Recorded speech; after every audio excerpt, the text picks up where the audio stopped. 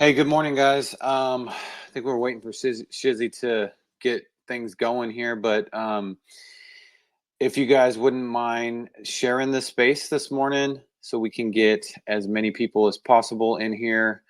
Today is going to be a really big day. We have some really, really big guests with Anamoka, Ben from Anamoka, starting us off today. We have a really great lineup today. So just if you don't mind, share this space and we'll get started here in a few. Good morning, everyone. GM. Welcome to the Ordinal Revolution presents Kimi and Frens BTC Builders. What's up, guys? Today we are streaming on YouTube as well.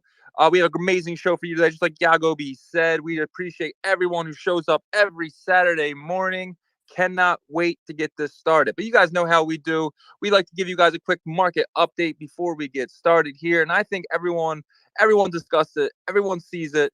We got sats at 98.95%, almost at 99%. Guys, this could min out today. This is absolutely huge for anyone who wants to use the mempool ever again. It's been so high and crazy lately, and I think sats is the reason. But it might not be the full reason. There is other things going on. But I'll just jump into it. We got Ordi sitting at $3.72 at around 1,400 sats.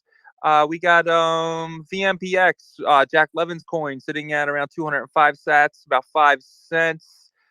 We have let's get some going. We got Council sitting at $112 at 425,000 sats. We have let's go to another one. I think that's really it. We got Oshi sitting at around $557. These guys they said they're going to start working hard on the Oshi thing, the boss of the Ord team. So that's really good news to hear. We'll jump over to Magic Eden, take a look at some Ordinal prices. We got Ordinal Maxi Biz sitting at 0.22. And we have Bit Apes by the Board 8 Yacht Club members always in the second spot on the 7-day. These guys are always sitting there at 0.0059. Bitcoin Frog sitting at 0.0267. These guys have been sitting around here for a little while now. Up from last week. I think they were sitting at 0.02. We got the bitmaps sitting at 0.0002. Yeah, Dickbutt just messed me up. We got if you wanted a 1-digit bitmaps, you're paying 3 Bitcoin. If you're sitting at 2-digit bitmaps, you're paying around 0.09 Bitcoin. If you want a 3-digit bitmap, you'll be paying around 0.025. If you wanted a 4-digit bitmap, you'll be paying around 0.0029. If you wanted a 5-digit bitmap, you'll be paying around 0.0036. Jumping back to Magic Eden, we have the Bitcoin Punk sitting at 0.01159. Seize Control sitting at 0.138. Or Osh, the first Cash token sitting at 0.0031. This was sitting at 0.004 throughout the week. Bitcoin Whales up about 100% on the week, sitting at 0.0017. And Oracle sitting at 0.039.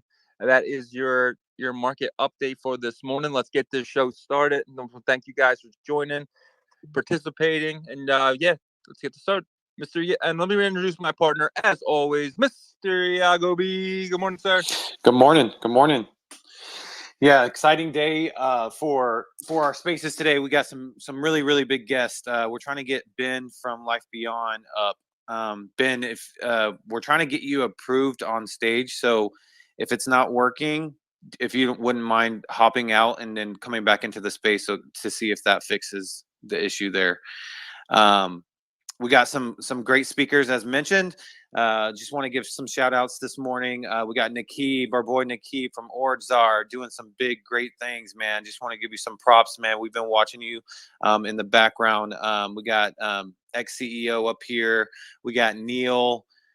We got Marcus. Looks like it's working now. I believe Coin 98 as well. Welcome to the stage. So yeah, it's going to be a stacked day today, but we'll go ahead and kick it off with Ben from Anamoka. Ben, welcome to the Ordinal Revolution spaces. We do this every Saturday morning, 8 a.m.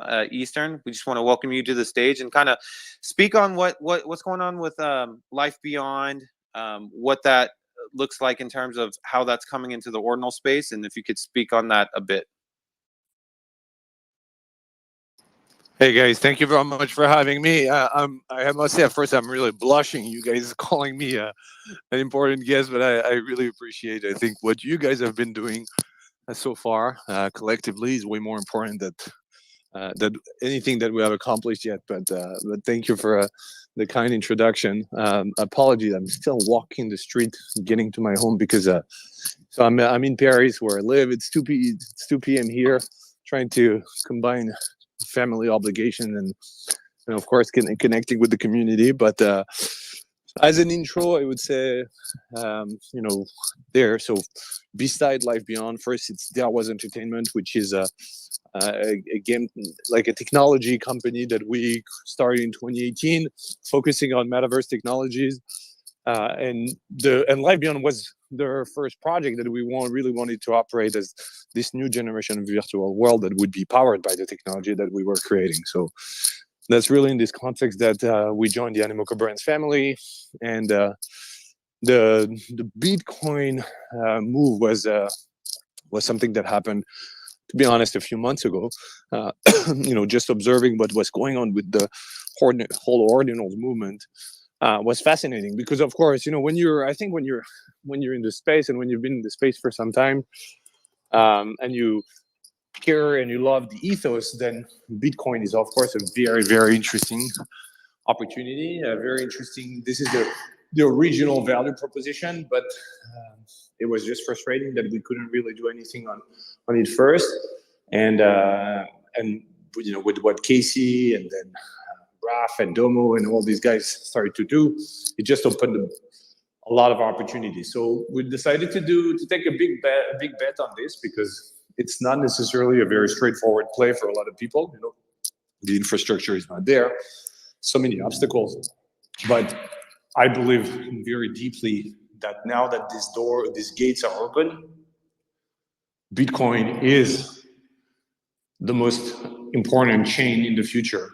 And because we're building what we hope to be one of the most important virtual world in the future, that obviously it made so much more sense to operate it from there. Gotcha. That makes a lot of sense. So for everybody in the audience, we're going to kind of do questions a little later. We want to get some of these introductions from these speakers first. So Ben, in terms of looking at ordinals and Bitcoin, early on there was a big buzz about ordinals, and then the space calmed down a bit. What was it? I guess what was that final decision making element that made you guys decide, okay, this makes sense? What was that? So I would say it's a mix of a rational analysis and a very irrational behavior. But I would focus more on the irrational one, because but when I say irrational, I don't mean like stupid. I mean just something that you can't really back with like rational facts. And for me, it was just observing the community, the energy, the movement, what was going on. That you can't, again, you can only feel it if you're part of it, if you're really paying attention. But if you look at the numbers, then of course the numbers are like not really supporting your analysis. But just being there, interacting, chatting with a lot of people, I could feel that something was going on. And so eventually I messaged Yatsu, the founder, chairman of Animoca Brands, saying, hey, of course, I know you're monitoring, you saw what's going on with the Ordinals, but I think it's way bigger than, of course there was the hype, then it started to go down. But look, like there's a real movement going on there, and I think we should join this. So that was really my gut speaking here. And then, of course, if you start analyzing a bit more, and I had to do this because there were some executives at Animoca Brands that were not necessarily getting the point.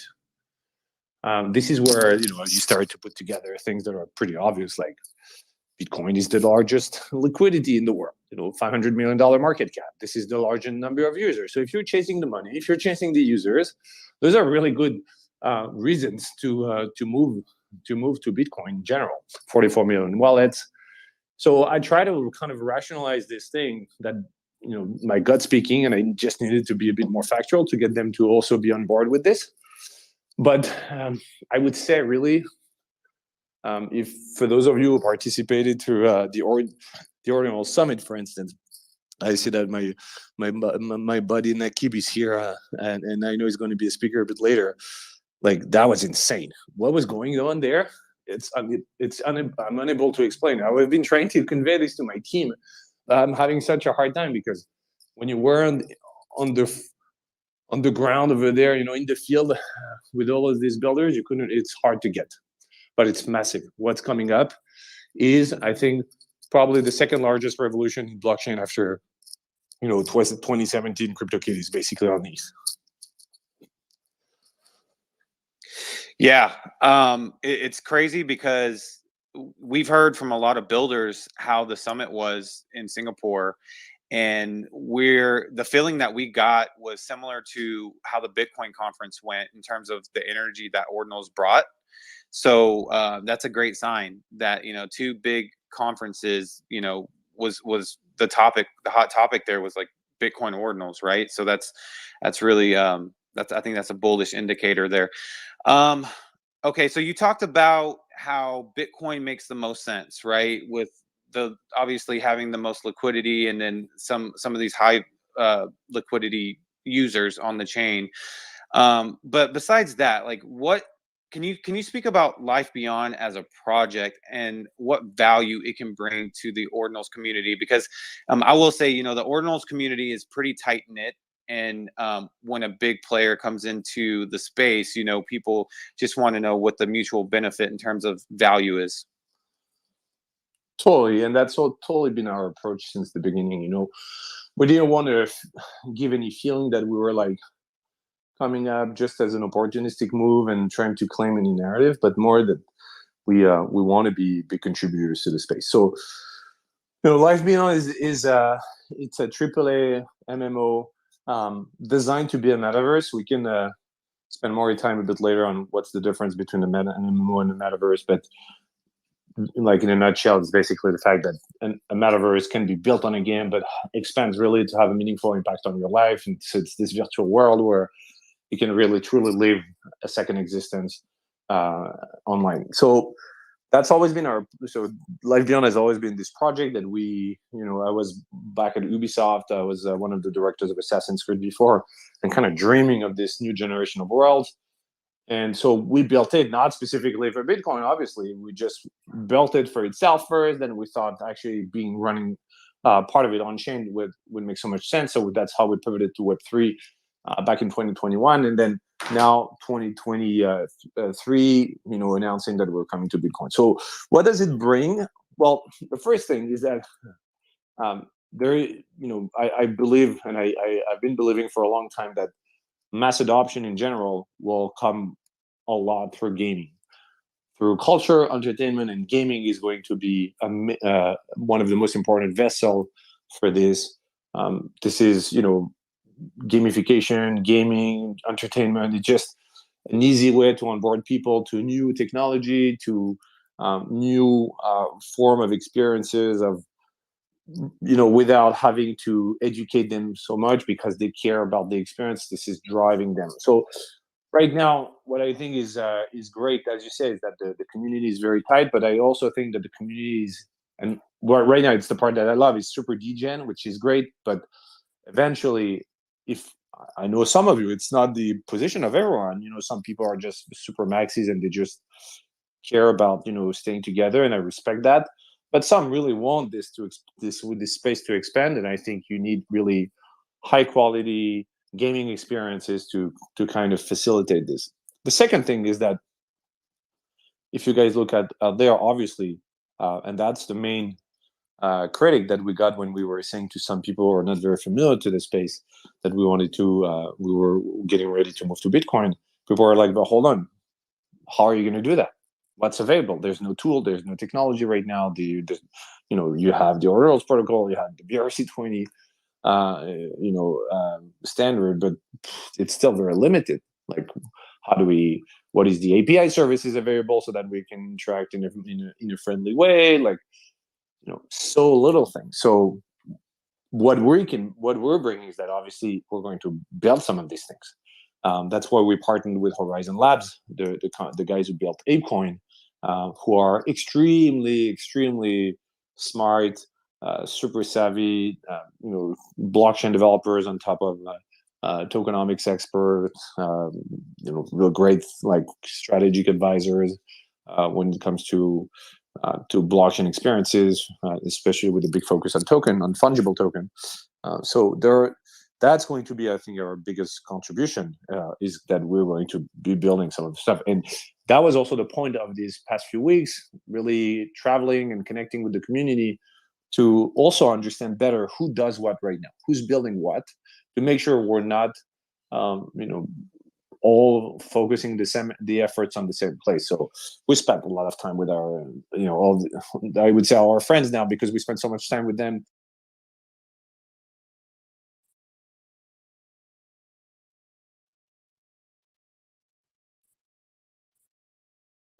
Sorry, something happened. You can continue.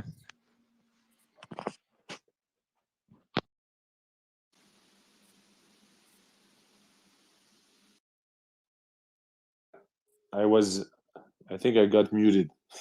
Yeah. There was I think Shizzy accidentally hit the all mute, or someone did. So go ahead, continue on. No worry. Yeah. So really trying to. I think this is really the culture that I love the most right now, is that there is a very interesting mindset right now to collaborate. And initiatives like the Ordinal Summit helped so much to bring everyone together, and share really like different roadmaps. And now we have so many Telegram groups. We're just trying to really map out what is in development and figure out what is the part that we need to tackle. That of course we're going to need it for ourselves, but we'll provide this to the network. So we're talking about whatever we'll do. Of course, will be either open source if it's the way to go, but we're not going to make money on this. This is not the plan. The plan is really to build the technology that's missing because we need it, give it to the network, and then of course operate our own products.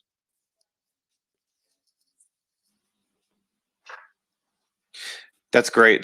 Yeah, it sounds like you guys pretty much have a clear goal in terms of what you're trying to accomplish, like at least like the starting point, and then going to the summit probably answered a lot of questions for you guys to kind of take that next step. So I'm gonna ask the question that's probably like the elephant in the room here. So did you hear about like the whole bitmap infrastructure prior to making this decision to come in, and what are your thoughts on that? Is that something that you're thinking about jumping into, or if you could talk on that? Yeah, so actually more than if we heard about it, we even I think this week I was even on a call with Blockamoto. So we are totally aware of it, looking at it. We just need to. We're so far from having made all of the architectural decision, and bitmap to me is more than an architectural one. It's obviously more, even like it's kind of like a cultural one. There's a community. So we just at this point we're absolutely looking at the opportunity. We just need to figure out the right way to do it, because I'm not sure that what I've seen so far on every other project is really convincing me, because I saw projects inscribing bitmaps and then selling them for their own game world. So how does it really bring value to the existing bitmap holder? Not really sure that I figured it out. So if we do it, it has to be a positive contribution to the space, and that of course it doesn't really. It has to work with what we want to accomplish, because we're building like a very challenging 3D virtual world, but our philosophy in general is really to look what's going on and try to bring value on top of it rather than forking and just getting away.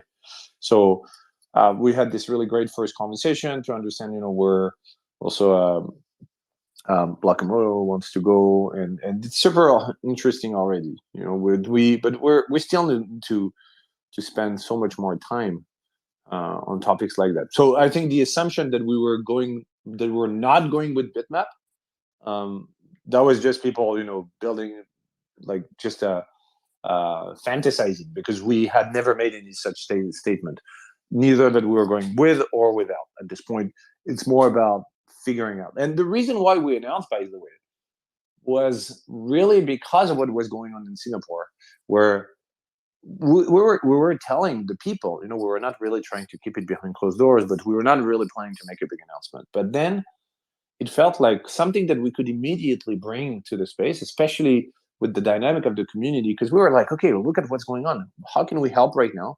And we said, you know what? We carry a big brand, actually several big brands, Animoca Brands, Horizon Labs. People know less about DRWs, but they know about our previous work, The Division, Assassin's Creed, and games like that. So we're like, let's make an announcement. It's going to bring some spotlight on the space in general, because who reached out to us? It's not just the OGs of the Ordinal space. It's also a lot of people who are not really looking at it, or just from some distance. And it's also the mainstream Web3 media, Decrypt, NFT now. So for to give you an idea, Future Blockchain Summit in Dubai in a couple of weeks didn't really have a panel about Bitcoin. They're going to have a panel about Bitcoin Ordinals now, where we'll be on. So it's great. It's just helping.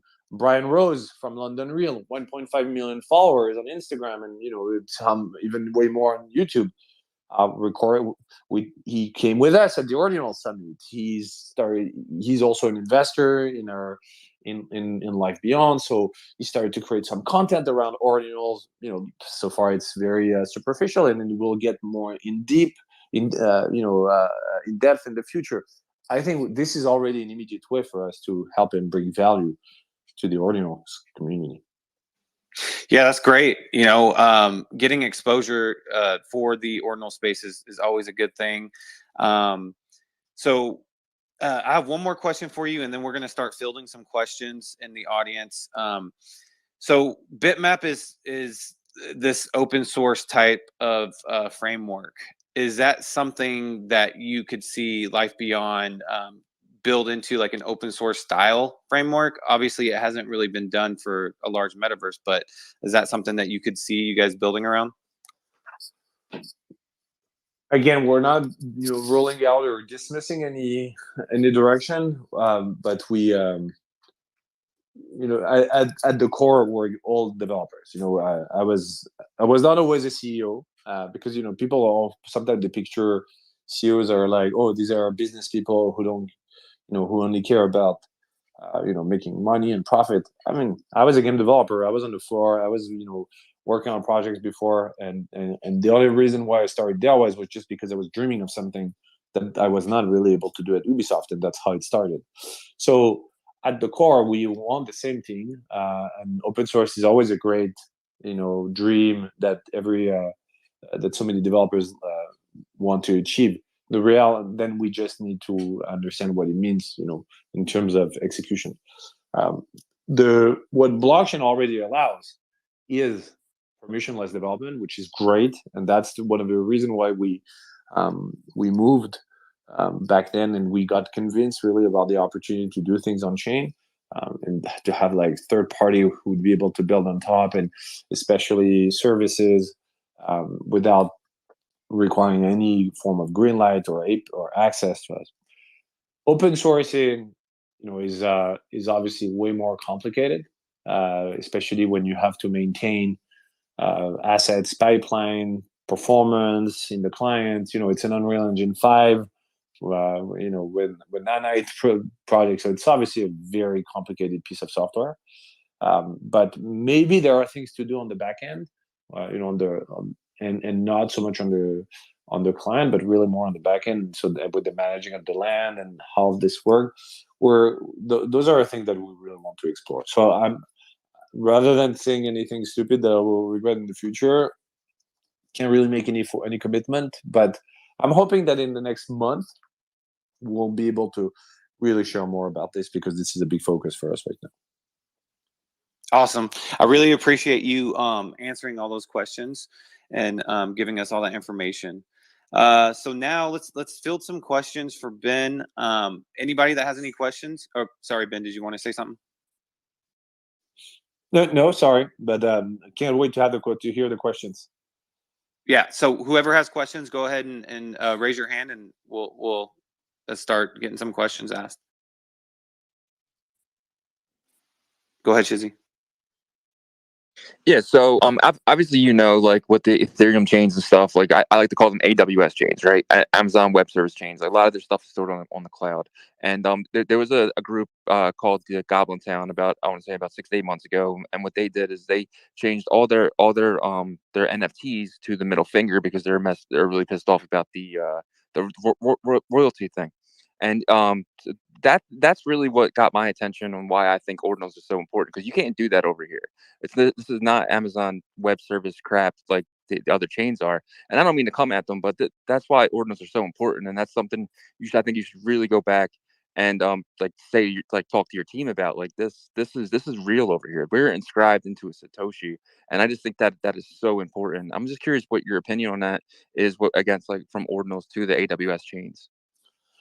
Yeah, so we didn't tackle that, but for sure, we spoke mostly about why we decided to come to Bitcoin more from a philosophical standpoint, I would say. But actually, that was a very interesting, like, technical perspective to me, which was the perfect immutable nature of ordinals, of inscriptions, and especially because we have some very valuable assets in the game that will become, we have no doubt, some really, really high valued item for you that you will want to have very well protected, and also protected from the smart contract developer who decides to fuck up with you.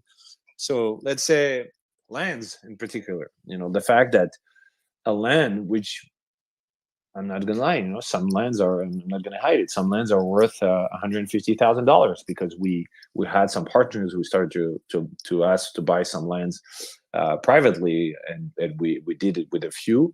There were like big lands where these large organizations, corporations plan to run some operations and businesses over there. Those are really valuable assets. You can't mess up with this. An NFT is not really, it's your property because the ledger entry tells that it is, but there's no asset behind it. So just a ledger entry. So if the smart contract developer decides to change something, change the metadata, and you're done, so this is really, I think, something that, we built a lot of the fantasy on NFT on this kind of like immutable nature. We're not really there. So that's a very, very big feature of Ordinal. It's also a constraint in a way for some type of assets, and that's why we're still trying to figure out how we're going to handle that. Because, to give you an idea, for instance, a weapon, when you build an MMO, your MMO is never perfectly balanced on paper. So that's why it's really difficult to be perfectly immutable within an MMO, because you're constantly going to have to rebalance the game. So gears, equipment, weapons, those are certain things that you might want to be able to change in the future, because just this weapon deals too much damage or not enough, and you need to upgrade it or to nerf it. So for these type of assets, we might still stick with NFTs for now, because it gives us this opportunity. But for lands, for instance, that absolutely don't need to be modified, amended over time, then ordinals is definitely the thing to do. And to actually even consider that we could also run now everything on Bitcoin, because it's possible. Stacks is coming up pretty well. So there are layer 2 now that are going to also provide the same type of what we're used to with like EVMs and stuff.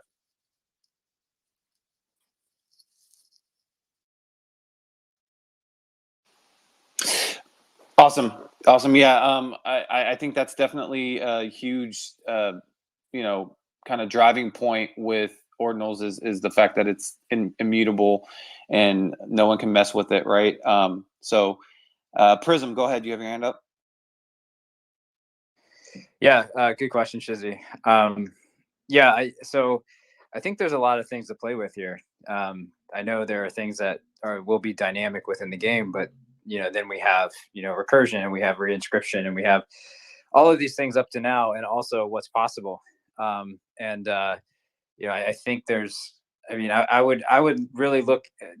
I would be interested in kind of how you guys plan to dive into the technical side and how you can utilize these things rather than an L2 or rather than smart contracts, or just thinking about like recursion and reinscription and those being ways that you can make these things dynamic.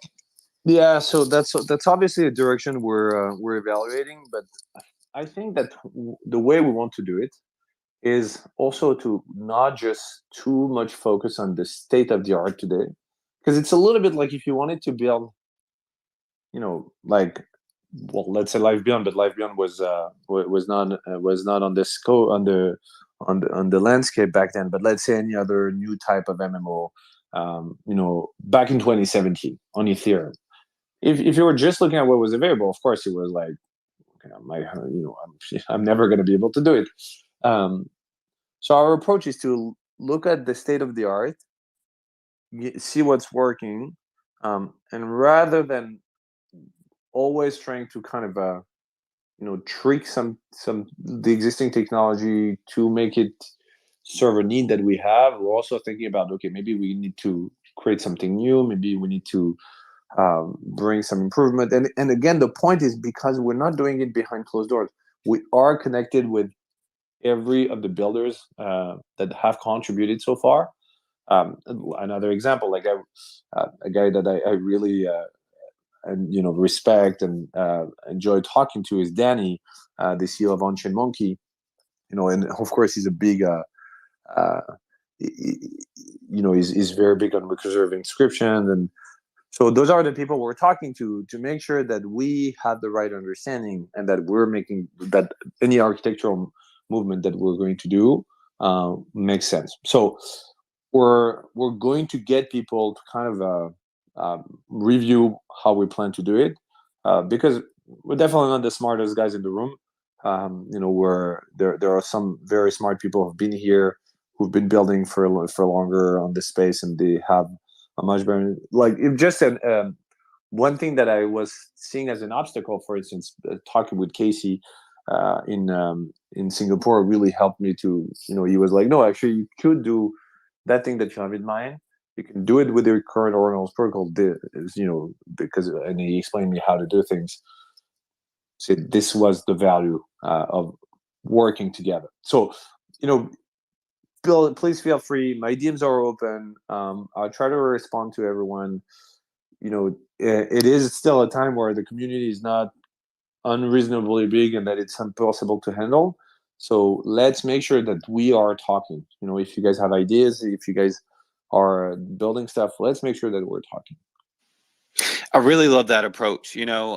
Coming into this ordinal space is sometimes from like a big entity.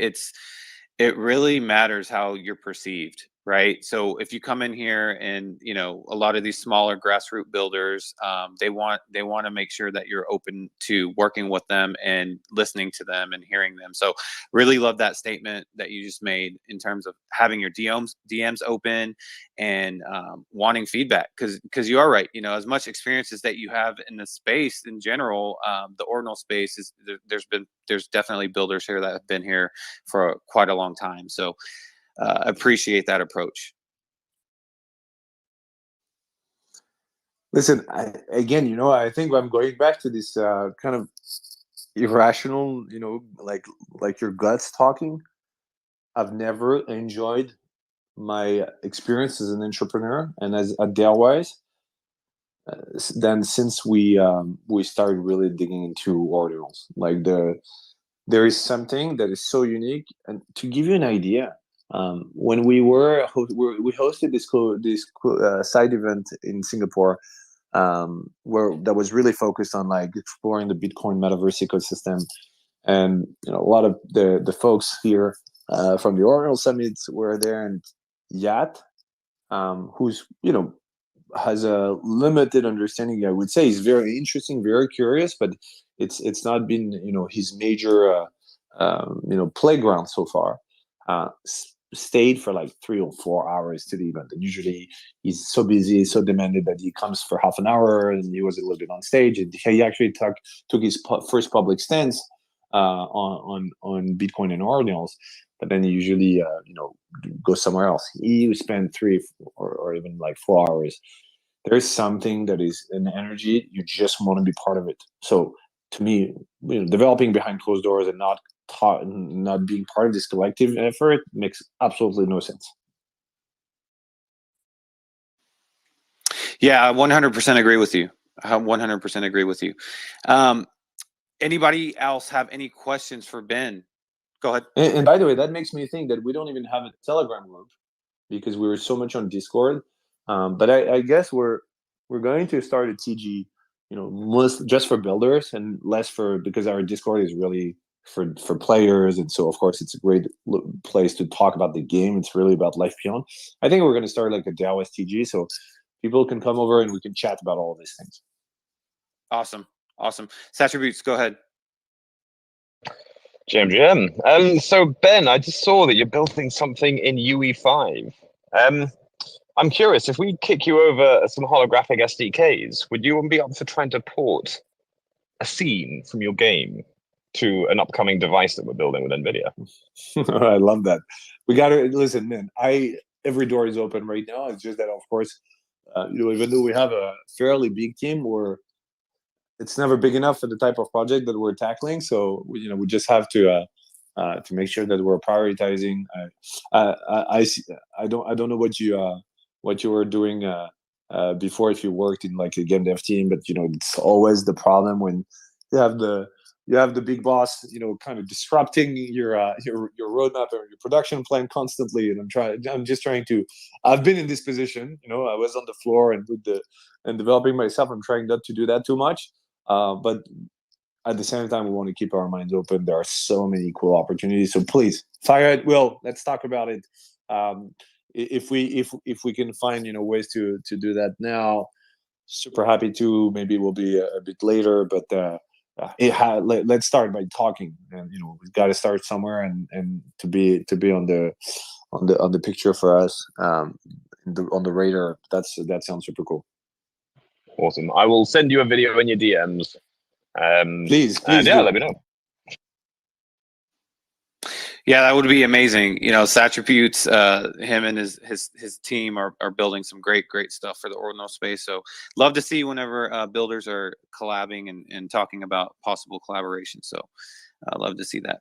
Any other questions for Ben before we move on? Go ahead, Shizzy. Yeah, I don't really have a question. I have a statement. I just want to thank you, Ben, for being open-minded. And we're a very tight-knit community over here. We really care about each other. And that's one thing huge about why Ordinals are separate themselves from everyone else. And I just want to thank you for being open-minded and really bringing the team to us. And we appreciate that, because we want to grow huge, but we definitely we want to keep that the camaraderie and that tight-knit that we have. And, we really care for each other, and we really dig into all these projects, and we appreciate you. Thank you for your kind words, but I take no credit here. You guys really showed us the way. There was as soon as we jumped in, there was this level of benevolence and welcoming, and like I think of because I keep seeing Nakib's picture here, and like he's genuine, and him and his team, and how they were bringing people together. Like, this is unique. And I kind of try to also explain to our existing community for Life Beyond, which is most of them are very unfamiliar with Bitcoin, absolutely unfamiliar with Ordinals, more like, they're more like gamers. And I'm telling them, guys, actually right now, because you're already part of Life Beyond, it's like you've got this front seat to this insane revolution. And it's also a great revolution because of how it's been, kind of built, sort of by its members. It's very unique, and I'm hoping that it can stay this way. I was a little bit scared, with the inscription numbers debate, and I started seeing people getting a little bit frustrated. But I love, how guys like, really strong opinion leaders like Leonidas, took the mic to also, rather than focusing so much on their own position, also really cared about spreading the word, about how we have to do this together, and it has to be healthy. And that was great. That's very unique. It's a unique flavor. I hope we can entertain this. Nurture it. Yeah, and I wouldn't worry much about the whole inscription thing. The Ordinal community is such a strong community, even though we might not be huge. I feel like there's nothing that we can't move forward and continue to grow from. So, Bean, you got your hand up. Yeah. Good morning, everybody. Good morning to the Ordinal space and the Ordinal family here. Welcome, everybody. Welcome, Ben. I just want to, thank you for coming up here and, speaking and dropping some of the knowledge on what you guys are trying to do here. But my question is, you say that you have been, looking at a lot of projects and what they've been doing. My question is to you is which projects have you been looking at in terms of ordinals, and what are you seeing in ordinals that you do like from typically other projects other than that it's going to be involving GameFi and things like that? Just because, I think that, even though there is like a large group of degenerates, I do see a large group of builders, artists, builders, and creators really trying to build something special here in the ordinal space. Like my buddy Prism Counterfeit Culture, they have the first art house on Bitcoin. They're actually onboarding artists and things like that. So have you seen any cool projects that you like that stick out in your eyes that that you think that are doing something, I wouldn't say necessarily innovative, but doing the right steps to get more visibility to space and provide education, other than, let's say, these bigger guys like Leonidas and Danny from On-Chain Monkey, because I just want to see what you have gathered in terms of that, because you said you've been watching. Yeah, I mean, we've been watching for, like, I would say reasonably. I haven't been DJing everywhere, but more interesting, to be honest, in the tech part. So like with what Ordinal and what Xverse and Generator, for instance, have been doing. But there are, of course, a few projects that I like very much. That are more like, I would say, community driven. Stuff like Bitcoin Whales, Bitcoin Frog. I think those are communities where I love seeing how they're really so tight and so together. But at the same time, I can't say right now that on the cultural side, I've been experiencing some things that are so intense and unique, because I think it's the very beginning, and it's going to come up together eventually. But I think what I really liked is really more on the technology side, what is going on, with the Unisat team, because this is really where we've spent a lot of time, is to trying to really understand who does what, who's building what, how are they doing it, and that was really the most fascinating part for me.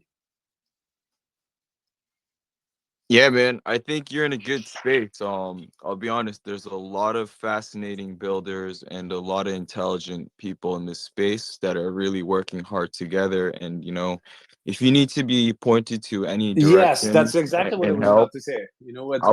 We'd love to help you so that we can get the right people there for you to build up. And it's also, I also have because we're also bringing the community that we have. Coming, that was more like a more traditional Web3 gaming community, and they're always asking me, what great project can you recommend, and then we can start following. And I would love to also share that with them. So please, reach out, share with us. there are a lot of people. Maybe I don't know if you guys are feeling it, but there are a lot of people out there who are interested in understanding better. Because right now, to be having fun, to have fun with ordinals right now, it's really degen. You have to also understand how it works, the whole kind of theory behind it. But it's not necessarily what everybody will want eventually. There is a lot of people will care more about culture, community. So I'm also trying to kind of act as a gateway for these guys, and because they're all asking me about recommendations. So please, share whatever cool project you find with me. I will also work a lot as kind of an ambassador. I'm traveling constantly and speaking at most big conferences, and now I'm only talking about ordinals. This is my obsession. So that's also my way to contribute and bring more exposure. So feed me with the cool stuff. No, man, I love that, man. Honestly, I just, want everyone to help you and, just asking these questions to see who you do know right now.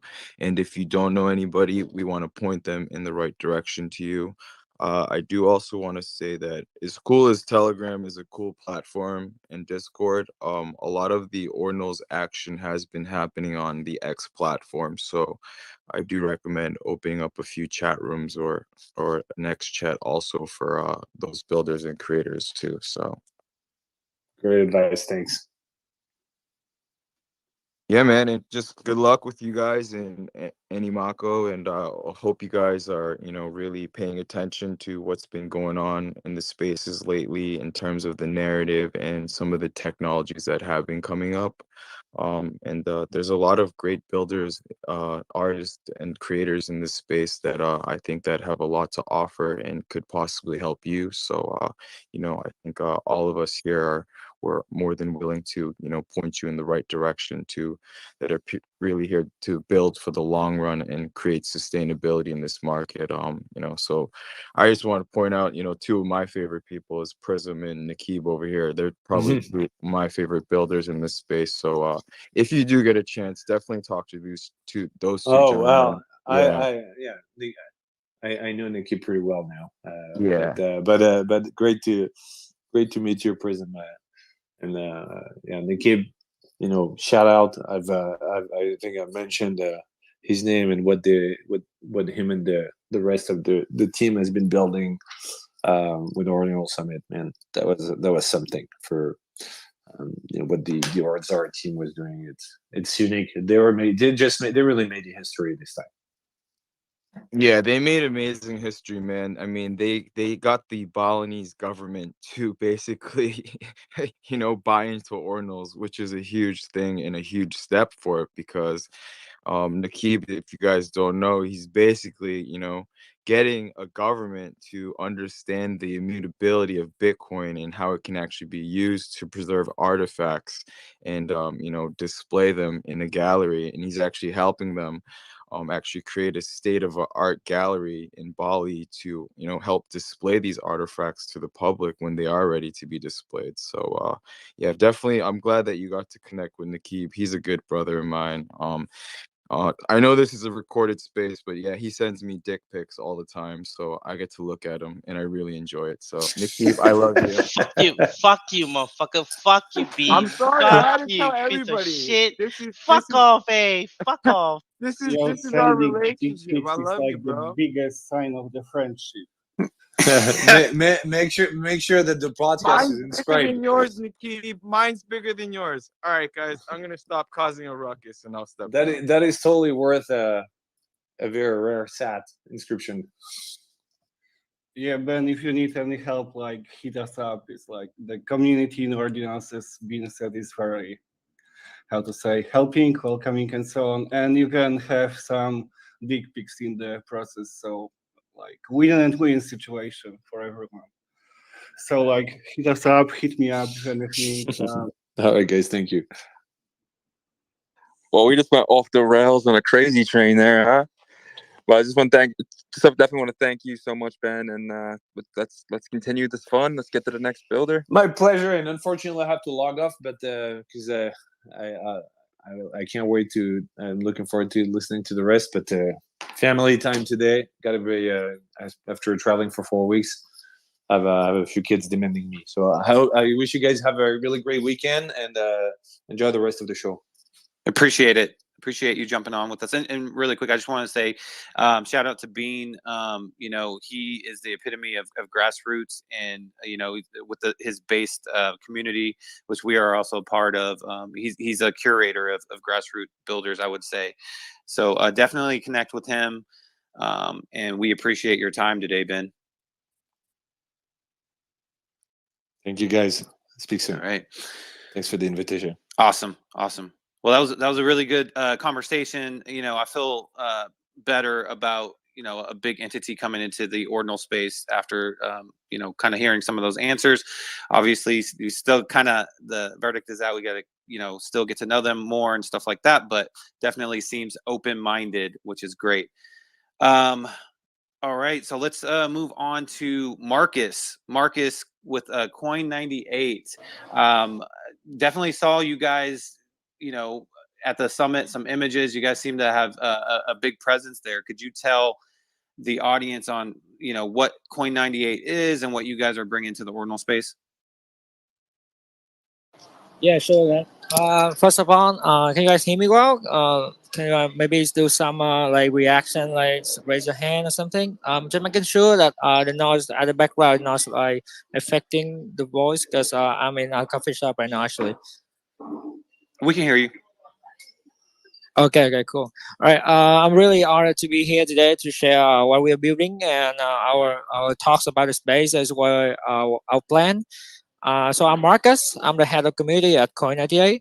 Coin98 is a non-custodial multi-chain wallet. We have been in the space for a while. We have 6 million users worldwide, supporting 70 plus blockchain.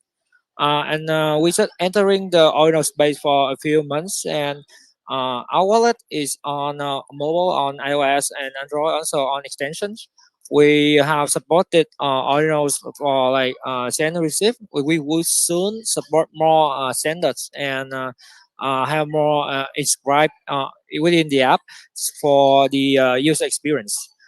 So I've been really honored to be invited to join the space by Nikip, our close friend, to contribute to space because we got like intrigued, really impressed with what you guys have been doing, and we interestingly enough, when our fathers joined the summit, we got a interesting question that I love to reiterate here because it's like a question if we are late to the space when we enter Ordinal space like recently, at least really late compared to other people we aren't here on the space today or others that you guys may know.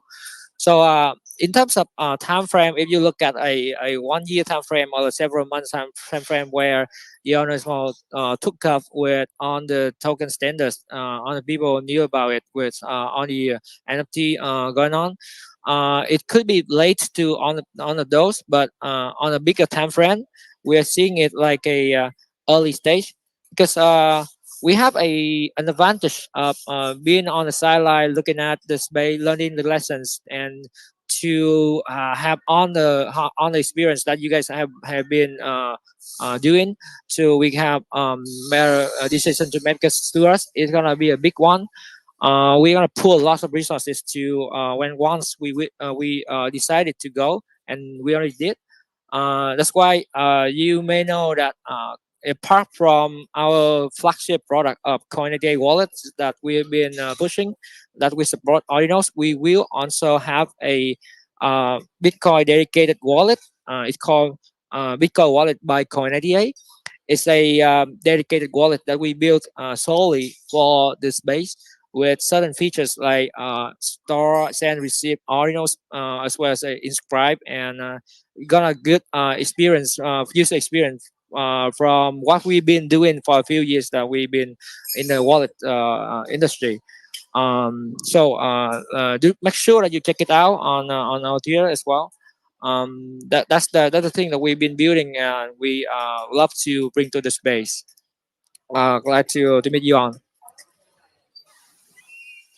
Sounds good. So, is the wallet? Can you download the wallet right now? Is it available? So for Coinage wallets, it's been on the platforms. You can do it on iOS, Google Play, or extension to try out the function that we have supported, and we have more feature coming on. But for the Bitcoin dedicated wallets, we haven't launched it yet. We're gonna announce it soon. If you check out the Bint tweet right now, you can see that thanks to Kimi that he's been it. You can subscribe to Twitter to get latest notification when we launch it. Hopefully, we can launch it in Q4, and yeah, let people to try out. And it's still new. It's still new. That we love to have more feedback from the audience to get irritated products and build what the people want to use. Great. So, just real quick. So, is the Ordinal wallet available now, or is that the one that is going to be launched later?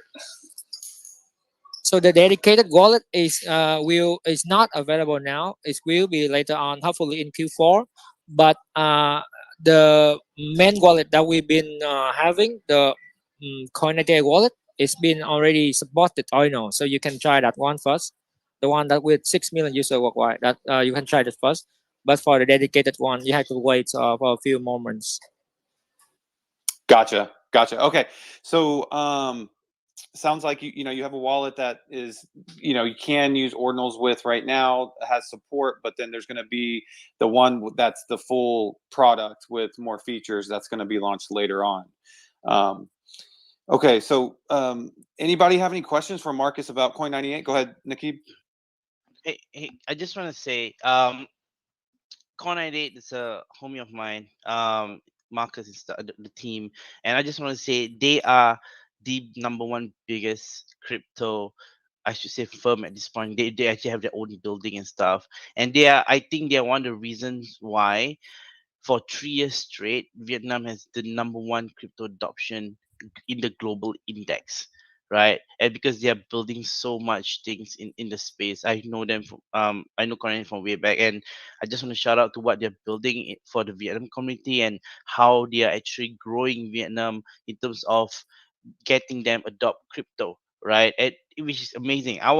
When I was invited first by Tan, the founder, right?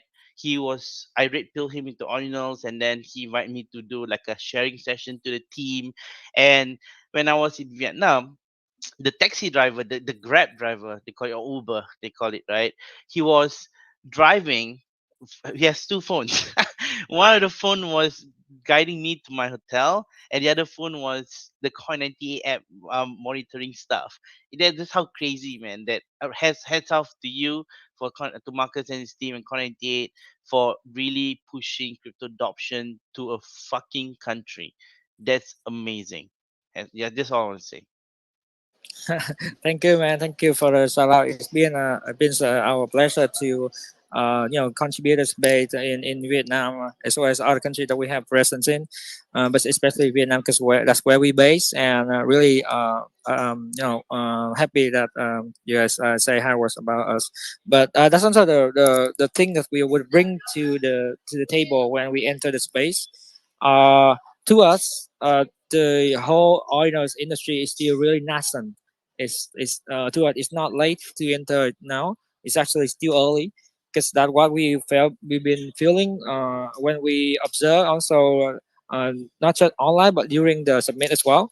You see that the space is early, but the numbers of people here really passionate about the audience, but the number of people here are still relatively small compared to others industry categories verticals, right?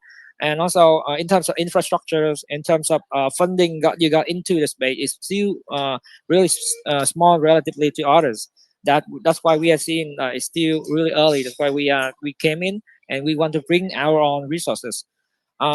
to compare with other people in the space right now, our expertise and knowledge in the Ordinal's technical wise at the infra layer, it will be not high compared to the others. But we have an expertise in consumer application front facing solutions.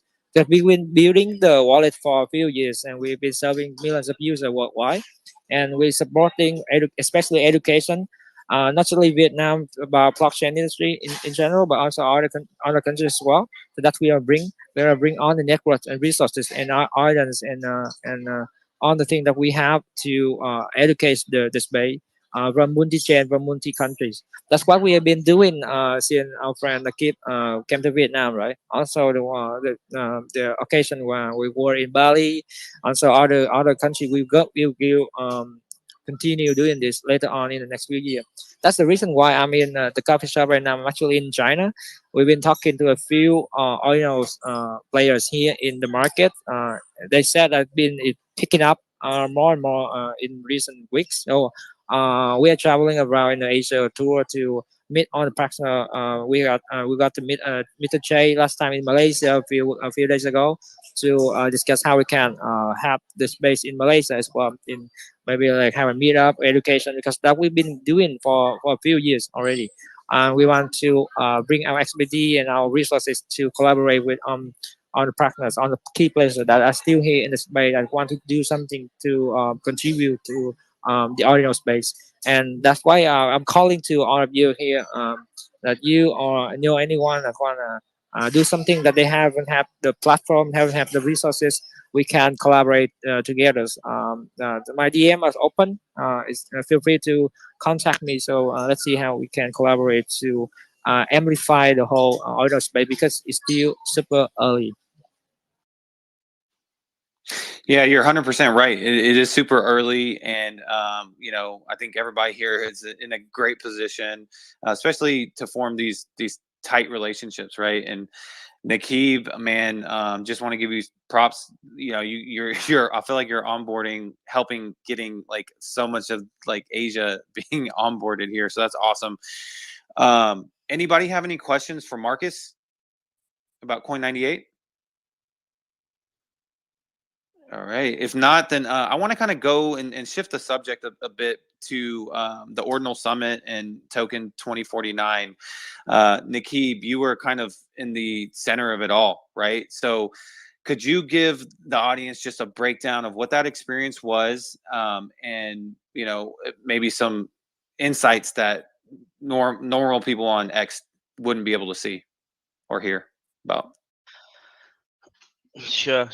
Again, thank you guys for having me here. I mean, the Autumn Summit was crazy. Like it was so tight for myself. So it was a stupid idea, but it became really amazing because I was sitting in the office and then we're discussing what should we do to grow the Autumn space. And my stupid moment said, "Oh, let's do a conference in Asia." And at first I thought it was gonna be super easy, but we only had like 3 months. 3 months to do it, and we hustle, get connected, use all the connections that I have, to the Taproots team, to the Audience Protocol team, to Domo and the rest. And that when we try to make it a really, really awesome first ever biggest audience conference, I think at this point globally, and try to make it in a kind of vibe where it's pure builders, artists, creators kind of vibe. Because I try to kind of emulate what Vitalik did with the foundation back then in Taipei, or in Ethereum DevCon Cancun when I was there back then. It's very focused on building, and true enough, it became that way. It was amazing. And one of the highlights I want to share is me. This was really, really fun. It was history to making. So before the conference itself, right, the day before, I hosted a private party event, for all the speakers and all the sponsors, right? And there was the special guest that everybody was asking me who's gonna come, who's the special guest and stuff. And boom, I brought down Casey, and then there's Domo. So what I did was, I did, because Casey and Domo never met. So I brought Domo and Casey. I introduced, hey Domo, meet Casey, Casey meet Domo. And they just start slugging it out, talking about BRC protocols, talking about Ordinals Pro and what's the issues and what can be changed, what can be solved, what can be helped, what can be grow. And it was history, like really history in the making. I took a picture, but I can't post it because Domo, um, he's still anon. He do not want to be doxxed. And other than that, in terms of the next following day, the event was pretty much, how should I put it? People just keep coming and coming, and the people that comes during the event, if you guys weren't there, you guys couldn't experience. I mean, for myself, I've been to space in 2016, right? And that the whole conference was what I felt was 2016, 2017 vibe.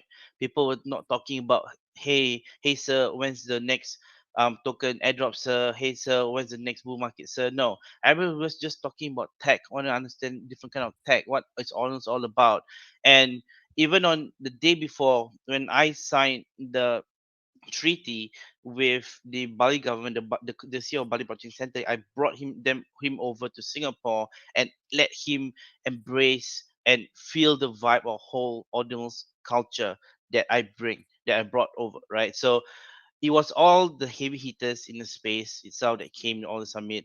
And if you guys, for those that weren't there, the kind of things that happened was crazy. We had partnership that was forged, multiple partnership that was forged on that day, right? We had um like projects coming out and presenting themselves and sharing more and more about what they're doing, right? So everybody was just there talking and just really wanting to know more about what audience is all about. So that is to me one of the craziest moment in the space, and to be able to create this whole environment has been amazing. um I think I'll just stop here. If you guys want to know more, I'll continue later on in terms of if you guys want to know the future, what I have in plan to build for the Alt Summit 2024. I'll just open up for questions first. Yeah, so that was actually my follow-up question was, is this an annual event now? And what is, if so, what is next year's, what do you have planned for that? So uh, at first I thought I just want to kind of do it like just once, and then but everybody came to me. I trust me, I didn't even eat the whole day, right? I was just being pulled. The moment I take food, I was eating a few bites. People came to talk to me. I put down the food, and the hotel, I think waitress or waiter was so good, they just cleaned my food without me even finishing it.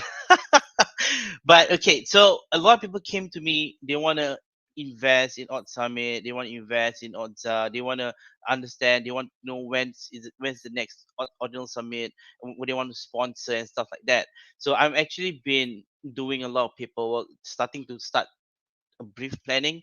So there are a couple of countries that the next Odd Summit is going to be. So it's going to be an annual thing now. Once or twice, I don't know. I'm trying to push just once in Asia, because I think two is a bit much. Even though people are asking me to go to Germany, to Europe, actually Turkey is really interested in, and Dubai is interested in having this Odd Summit there. But I just want to get this more focused on the Asian side for now, because I think that we have described Amsterdam, we have the Odd Protocol team doing the Europe side and the US side. So we are friends, and I'm flying to Amsterdam in October. But what's happening in 2024 is going to be even crazy plan. So I took all the feedback, right? I think some of you here who was in the space yesterday, been space, knows what's going on.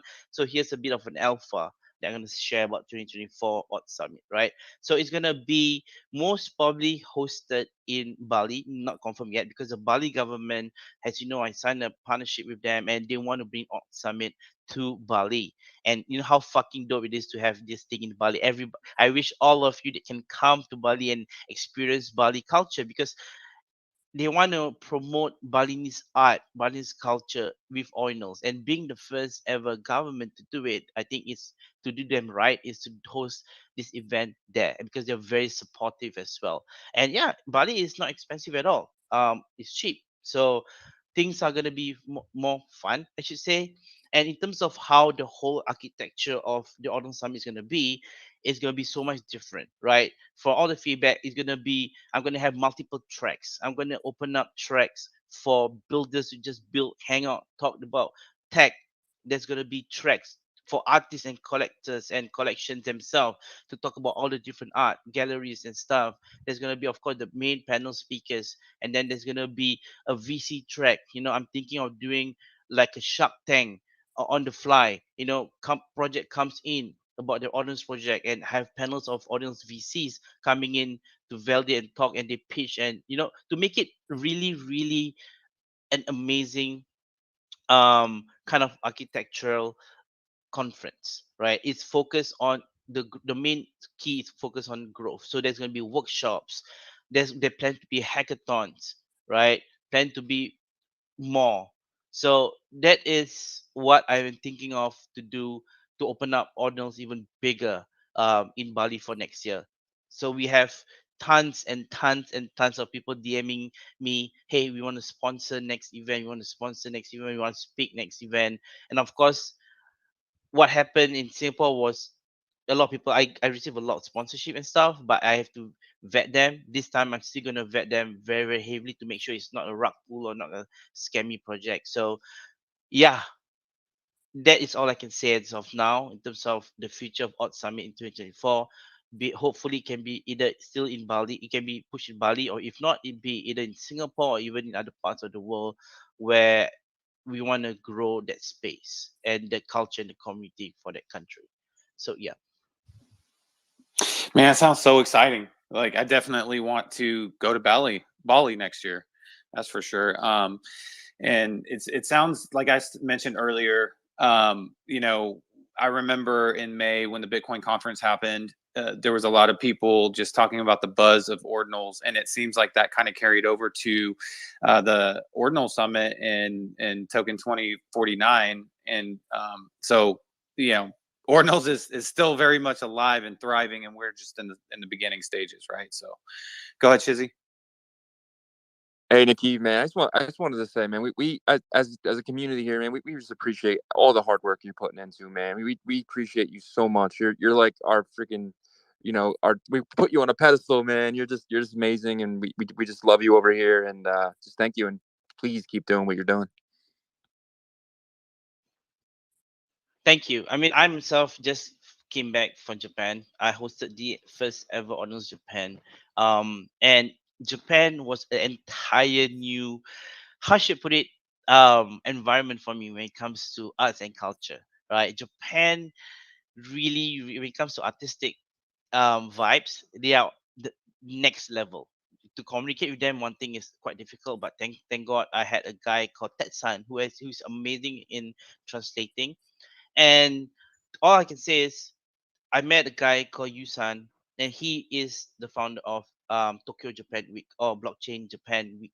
And they actually told me to bring Ordinal Summit to Japan because he was so red pilled by when the meetup, like the education that I did, he was so mind blown. The different kind of artists that was so close, because these Japanese artists, they are very proud. Most of them don't do NFTs because when they do NFTs, they feel that it's something that it cannot be preserved, right? So when I educate them about how ordinals is a whole different concept of how you can immortalize your work, suddenly most of them ape in, right? I was invited to be a speaker as well in Decentral Tokyo, and it's in a panel, and the panel was fully NFTs, and I was like, "Fuck no, I'm not gonna talk about NFTs. You guys talk about NFTs." All I said was I was pushing ordinals and stuff like that. And the funny thing that happened when after the panel, a lot of people came to me to ask about what is ordinals and how it can help them, and they were like, "Fuck NFTs. What's this new thing?" Right? Because Japanese culture is different. They are proud artists, right? Even though they're small, they are really proud. And to know that there is now a technology that can immortalize their work on chain, they're fucking bullish. So I got invited again, and next to multiple Japan events as well. And okay, I cannot say much. All I can say is I did Bali government partnerships all I can say is more of this kind of partnership might come in the future. I shall not say anything. I shall not jinx it. That's all. Yeah, man. You're definitely doing great work over there. Just keep pushing forward, spreading the amazing, technology of ordinals and how great this community is really. All right. Anybody have any other questions for Nakib in terms of the summit or token 2049? All right. Okay, so let's move over to Dot Swap. Dot Swap. Thanks for coming on stage. Could you tell the audience what your project is about? Obviously, it's a swap for the space, so if you could go into detail about it, that'd be great. Yo, thank you, Shizzy. Good morning. Hey, what's up, Ordinals people? We're Dot Swap. It's actually at night here in Asia. We've just finished our team dinner in celebration for the Mid-Autumn Festival. So an early happy Mid-Autumn to you all. 中秋节快乐，中超快乐。And anyway, it's such a privilege to get invited to this space and share our insights. Thank you, Kimi boy, for setting this up. And we look forward to maybe collab with some of you guys and achieve big things together in the future. And we also have our CEO, Mr. Lin Zheming here. And he's still a listener here. If it's not rude to ask, maybe make him a speaker. But anyway, so here's a bit of a background about us. So yeah, we've been building on the Bitcoin ecosystem since 2017. We've developed stuff like a BTC and BSV wallet app with more than 1 million registered users. We've built various NFT marketplaces with 8,100 registered users, and we've even made some NFT protocols. We've had some small followings, some loyal users, you may say, but we're still new and growing, especially here in the BTC Ordinal space.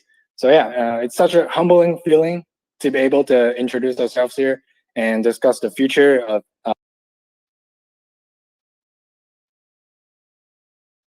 I'm so sorry. Can you keep going? It was a request and I hit unmute again. I'm an ass. Keep going.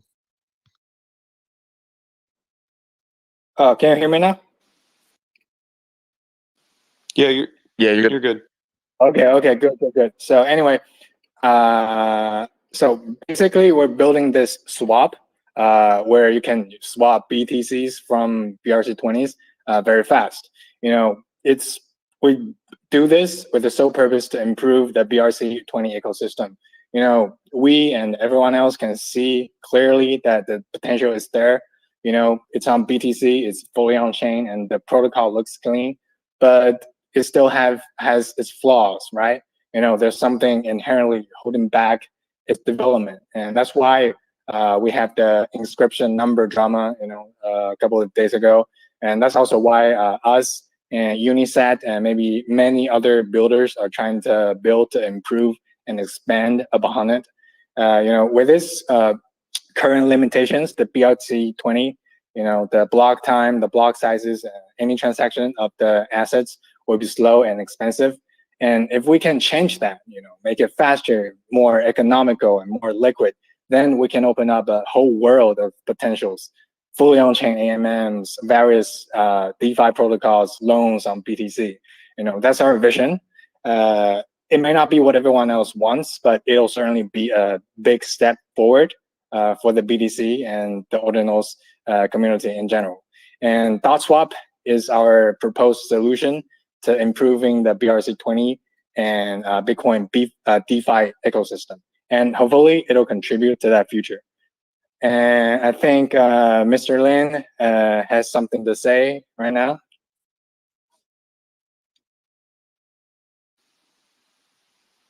Go ahead, Mr. Lin. The stage is yours.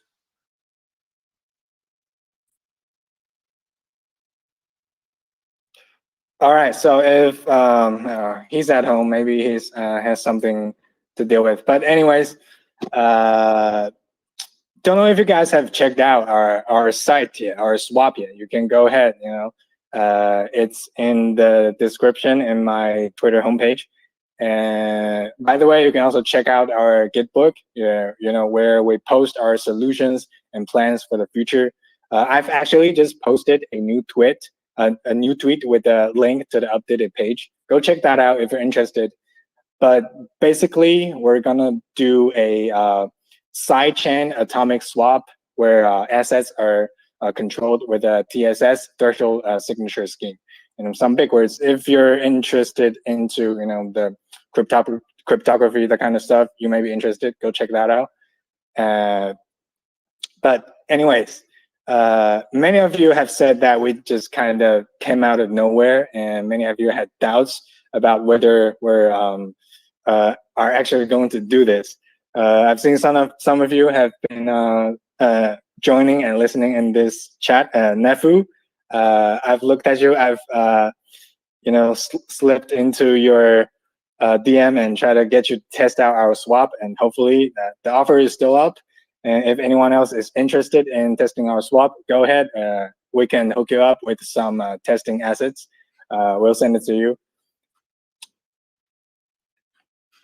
All right. I think that's mostly it. If Mr. Lin has something to say, or maybe some of you had any questions, you can go ahead and ask us. Go ahead, Shizzy. Yeah, so yeah, we would actually love to. We me and Yago be here. We have our Ordinal Revolution podcast. We would love to actually demo it on the channel if that would be okay. Do you mean you want to test out our swap? Yeah, we'll do it live if that's okay. Oh, you can. Well, how about you give me a Taproot address or any address you're comfortable with. We can maybe hook you up with some the reserves that we have, and we can send the test tokens to you. Sounds good. Thank you. Oh well. Anyways, while he's preparing for the address, I could go ahead and. Well, sorry, real quick. He wasn't talking about live right now on Spaces. He meant because we actually co-host a podcast on YouTube, and he was talking about for our audience. So we'll connect with you in DMs and get that set up later. Oh, okay, that's fine. We can go ahead and do it. I'm sorry. I will. Okay, go. Well, here's some interesting statisticals if you want to know how well we're doing. We came out and say we are the first and fastest BRC20 swap out there. That's a big claim, but clearly it has helped us grab enough attention.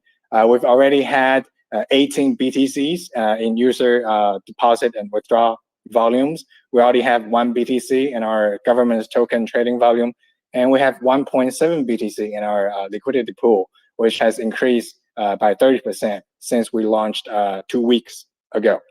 And by the way, if any of you want to test out our swap, you can go ahead and interact with our tweet. The offer is still up. And by the way, we maybe have some more giveaways on our Twitter, on our Discord. Go ahead and join us. We welcome anyone from the Ordinal space, from BTC, from BRC20, or anywhere else. Love. Awesome. I have a question for you. So, first, I think some people were probably skeptical because I would say probably about 2 months ago, there was a bunch of projects that just popped out of nowhere that claimed that they were, swaps and the solution for all this stuff, and then they disappeared. But yeah, so that's probably why that happened. But so you said that you guys are a side chain that deals with atomic swaps. Now, what makes this different than something that Unisat is working on right now, or like Alex Labs, because technically Stacks is considered, I believe, a side chain. So can you explain what the difference is, what you guys are doing versus what they're doing? So yeah, we know this is going to come up. So on a higher level, the logic is kind of similar, or maybe the same if you want to say it that way. It's the users or us, we put the BRC20s, the BTCs in an asset pool, and then we do the swaps, the liquidity adding, the recording, the indexes elsewhere. And they had something else going on, maybe the Stacks and the Lightning Network, and we're looking for another blockchain. It's something that we're familiar with. It's something that's also in UTXO model. It's something that can deal with a vast amount of transactions per second, and it's something that is scalable. And some of the so we've narrowed down some choices for that blockchain to be our sidechain to deal with the swaps, the records. One of them is Dogecoin, the Dogecoin chain. We've looked into it, but we're still not very familiar with it. But it's a choice. We're looking into it. Another one is BCH, the classic branch of Bitcoin. And the final one is BSV, which is something that we're most familiar with. By the way, if you don't know, BSV, many of the top games here in the Ordinal space, their teams have a rich history with BSV. We all came from BSV at some point. So yeah, those are the three chains we've looked into it, and some of them are already in development. And hopefully we can share our results with you all soon. Awesome. Go ahead. Yeah. Hello. Good day, guys. Good. Yeah, I said I would love to join the Discord channel because I'm not in your Discord, so I can check things out there too. To the .swap Discord. Yeah. So can you let him? You can go ahead. Yeah, the link is in our Twitter page. You can go ahead, check that out. I think you can join it pretty easily. Why is there a chicken in the background? My poultry farm. Yeah. He has a poultry farm. That's what's going on. Yeah. Oh, yeah. Awesome. Awesome. All right. Well, does anybody else have any questions for .swap?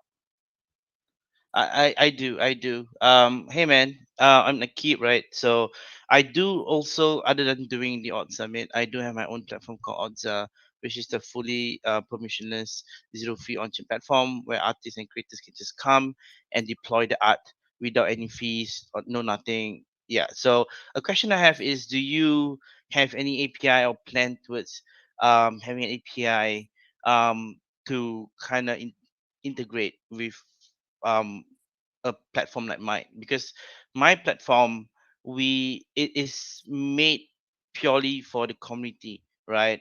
And the community keep asking, is there any way, are we working with any projects that are doing any swaps and stuff like that? Of course, I am working on closely with Con98 to have them partner with us to do this. But other than that, we want to kind of make it very open because the platform is very community driven, right? So do you have any plans for any APIs that we can integrate and stuff like that?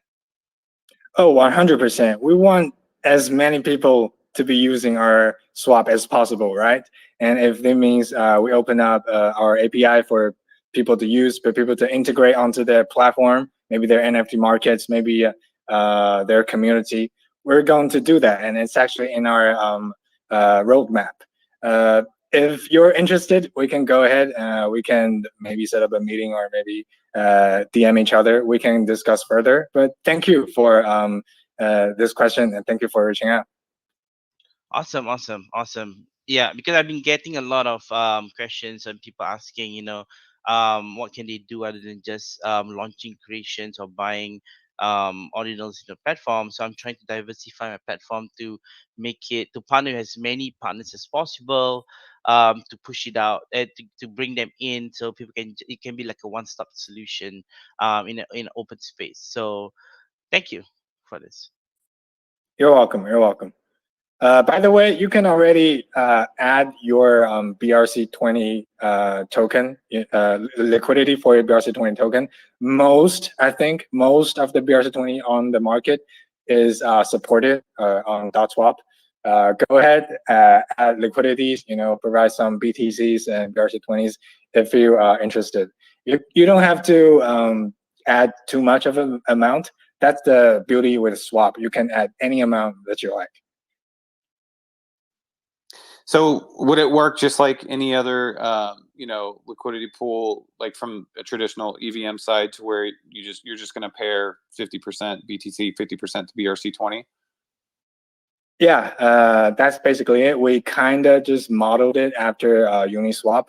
We don't want to make it too fancy, and you have to deal with the BTC confirmation waiting initially. You have to deposit the funds, and then everything will be quick from there. I have a question in terms of the LP side, right? Most of you don't know, I came from a very heavily defined background for 7-8 years. I was with Kyber Network. I think Marcus knows. A question I have is, when you create an LP, in terms of your backend swaps, right? What kind of protocol do you use? Like, do you use, like you mentioned, you use Unisat kind of concept, but is there like a AMM kind of Yeah. protocol? Or okay, but how do you deploy it without any smart contract? For now, there is no smart contract on Bitcoin. For now, it's still a centralized version.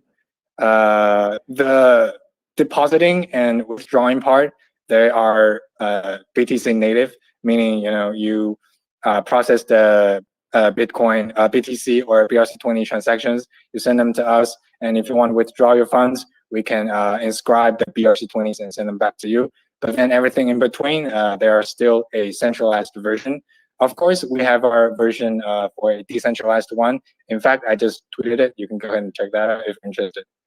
And yeah, the LP itself, it's in the AMM, the classic X times Y equals K, that model. Oh, so it's 0 to infinity LP's contract. So in that sense, right? How do you derive the price? What kind of indexing do you use, or oracle do you use to make sure that the price, the slippage is not crazy? Um, the slippage is not crazy, the spread is not crazy. How do you maintain that? Because I know, being centralized, you have to pull data from somewhere, right? Same for decentralized. So how do you manage that? For now, it's still pretty basic. So what are your like concerns? Like what specific situations are you looking into avoid? No, for example, for normal swaps, right? Let's say I want to buy a BRC token, let's say whatever, Audi, right? So the Audi, based on Unisat, for example, the price is $3+ or $4. And then let's say there's a lot of movement going on, right? How do you maintain the price to be true, to prevent people from doing arbitrage or draining the funds, or doing, if there's a flush attack directly to the swaps? For now, because the liquidity pools, they are so shallow, some of those situations is hard to avoid. So we just let it be there, because arbitrage is, I would say, it's a force to to keep the swaps going. Of course, you can do like Uniswap like Uniswap, where they have V3 and V4, where the prices are mostly stable. But on our swap, for now, it's still kind of, it'll get crazy sometimes. But I think that's still an improvement, because we made it fast. We made it quick than the traditional BRC20 swaps trading. Okay. Cool. Yeah, I think I completely understand Nakeeb's worry here, because even though you guys are starting with like small liquidity pools, the arbitrage can get out of hand, because there's not going to be any price stability, especially at first. I'm not sure, but Nakeeb, I believe Unisat, do they use Chainlink as an oracle to help with that, or do they have their own? Do you know? I think for Unisat, I think they have multiple indexes Oracle built by themselves, which connects to multiple exchanges, like to OKX as well, and as well as the alt protocol themselves. So they have the price feeds pretty, I wouldn't say accurate. It's more like 10%, 10 plus 10 minus 10% spread. So it's still not bad for a very new, for this kind of tech. So yeah. Yeah, and so I'm curious to hear what your solution could be, because obviously there's going to be multiple swaps that are going to be coming out right here in the next, I would say, 2 months.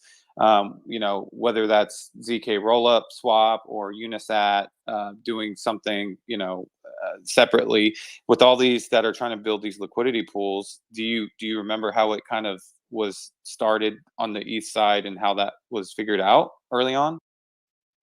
Wow, this this kind of like take me back years and years of memories, man, when I was doing Kyber. So back then, the LPs itself, the smart contract, the AMM wasn't really solid. It was really basic.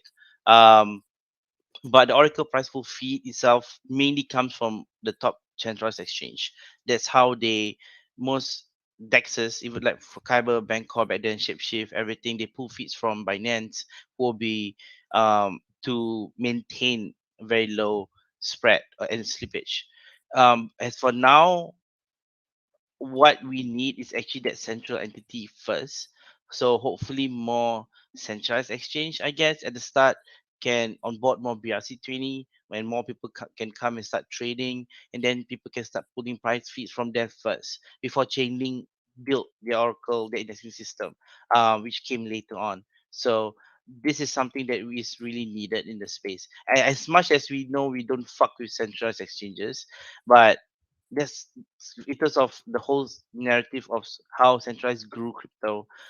We still cannot like say no to them actually onboarding more Web2 users, and because of tech and a lot of dexes also support decentralized exchange. So yeah.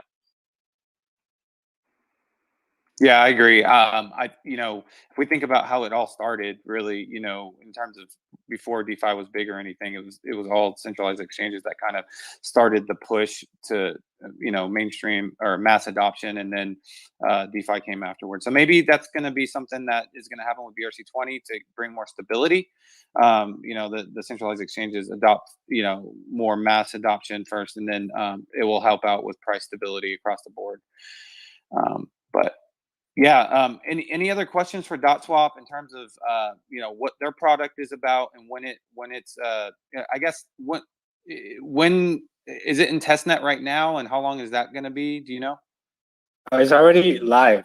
You can do mainnet BTC swaps already. Wow, that was quick. That was really quick. So that's Yeah, great. we know the window is narrow because Unisat is going to announce their swap, so we have to ship it fast. Gotcha. Well, yeah. So for people that are trying to find you guys, what's the best way they can contact you? Twitter DM. You can go into our Discord. I'll be there. I'll be named under 32. I'm in the Discord all the time. Go ahead. Awesome. Any questions for DotSwap? Let's get some hands up if you have any questions. Hi, it's Kimi.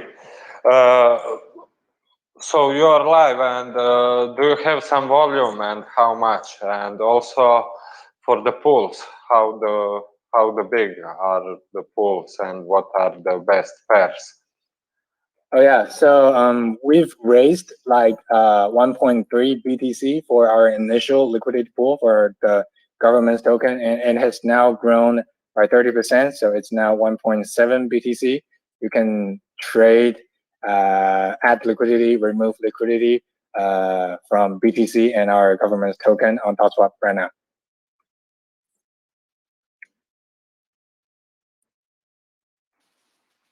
Thank you, Kimi. Well, we appreciate you jumping on the stage this morning and giving us a breakdown of your swap.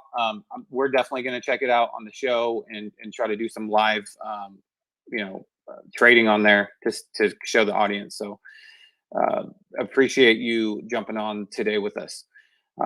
Prism, I wanted to kind of move to you and talk about counterfeit culture. I know that you're doing a great job with onboarding artists, and you've had a recent new artist, I believe, that dropped a piece. So if you could talk about what's been going on with you guys, and if there's any new updates or anything. Yeah, man. And I appreciate you asking. We're just continuing as we have been since February, bringing art to Bitcoin. So it might not be it might not be classified as fine art.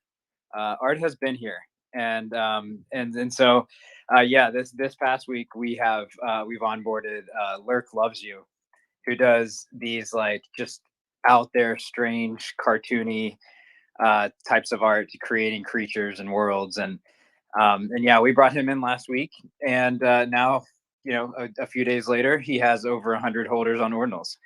That went really well. We've got another one coming that has not dropped on Ordinals next week, and we're continuing on there. But we're kind of in this middle stage where I can't really discuss too much about what we're pushing towards. We've been for the past month or two, we've been working on bringing really everything in house, and so we've got our launch pad that we've been using for these cards that we've been releasing once a week, and we have recently been working on expanding that. And so I can probably talk a little bit more in detail on that in a few weeks, but basically the goal is, if you're looking for art on Bitcoin, you don't need to look anywhere else other than counterfeit. So that's what we're building towards, and those are the tools that we have coming. And so all of these artists that we're working with, they've had the opportunity to expand out and test different platforms, and some of them have been selected over for like the gamma prints and those sorts of things. But ideally, they all want to drop with us. They want to drop everything through us, and so we're going to make all that happen. Yeah, man, I'd be happy to come on when we're a little bit further in that process. But right now we're working on pre-inscribed mints, which is going to allow us to drop a piece from Zilla. Hopefully next week. We're pushing this weekend to get all that done.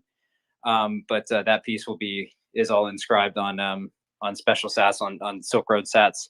And so we're just working on a few things behind the scenes on the tech side. It's not just about like onboarding artists and collectors, but it's also about giving them the tools so they can succeed.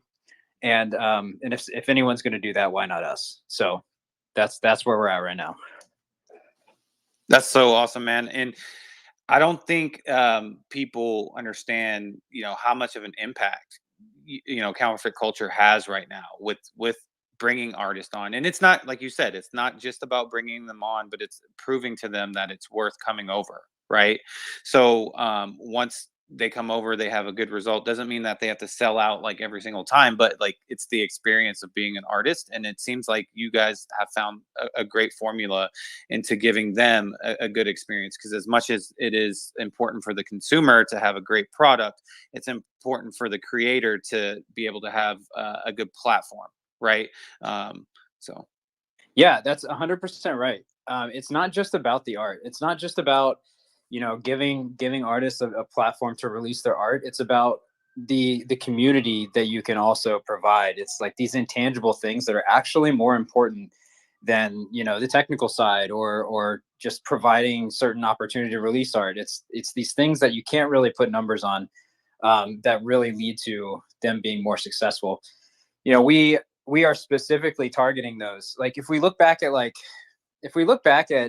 what we've done on other chains over the past few years, there are a lot of artists who feel overrun by those other artists with like big influences, or those who are pushed by influencers. And like our whole goal is to bring in those artists, give them the opportunity that they don't get on other chains. And those who are just out here every single day creating for the love of it.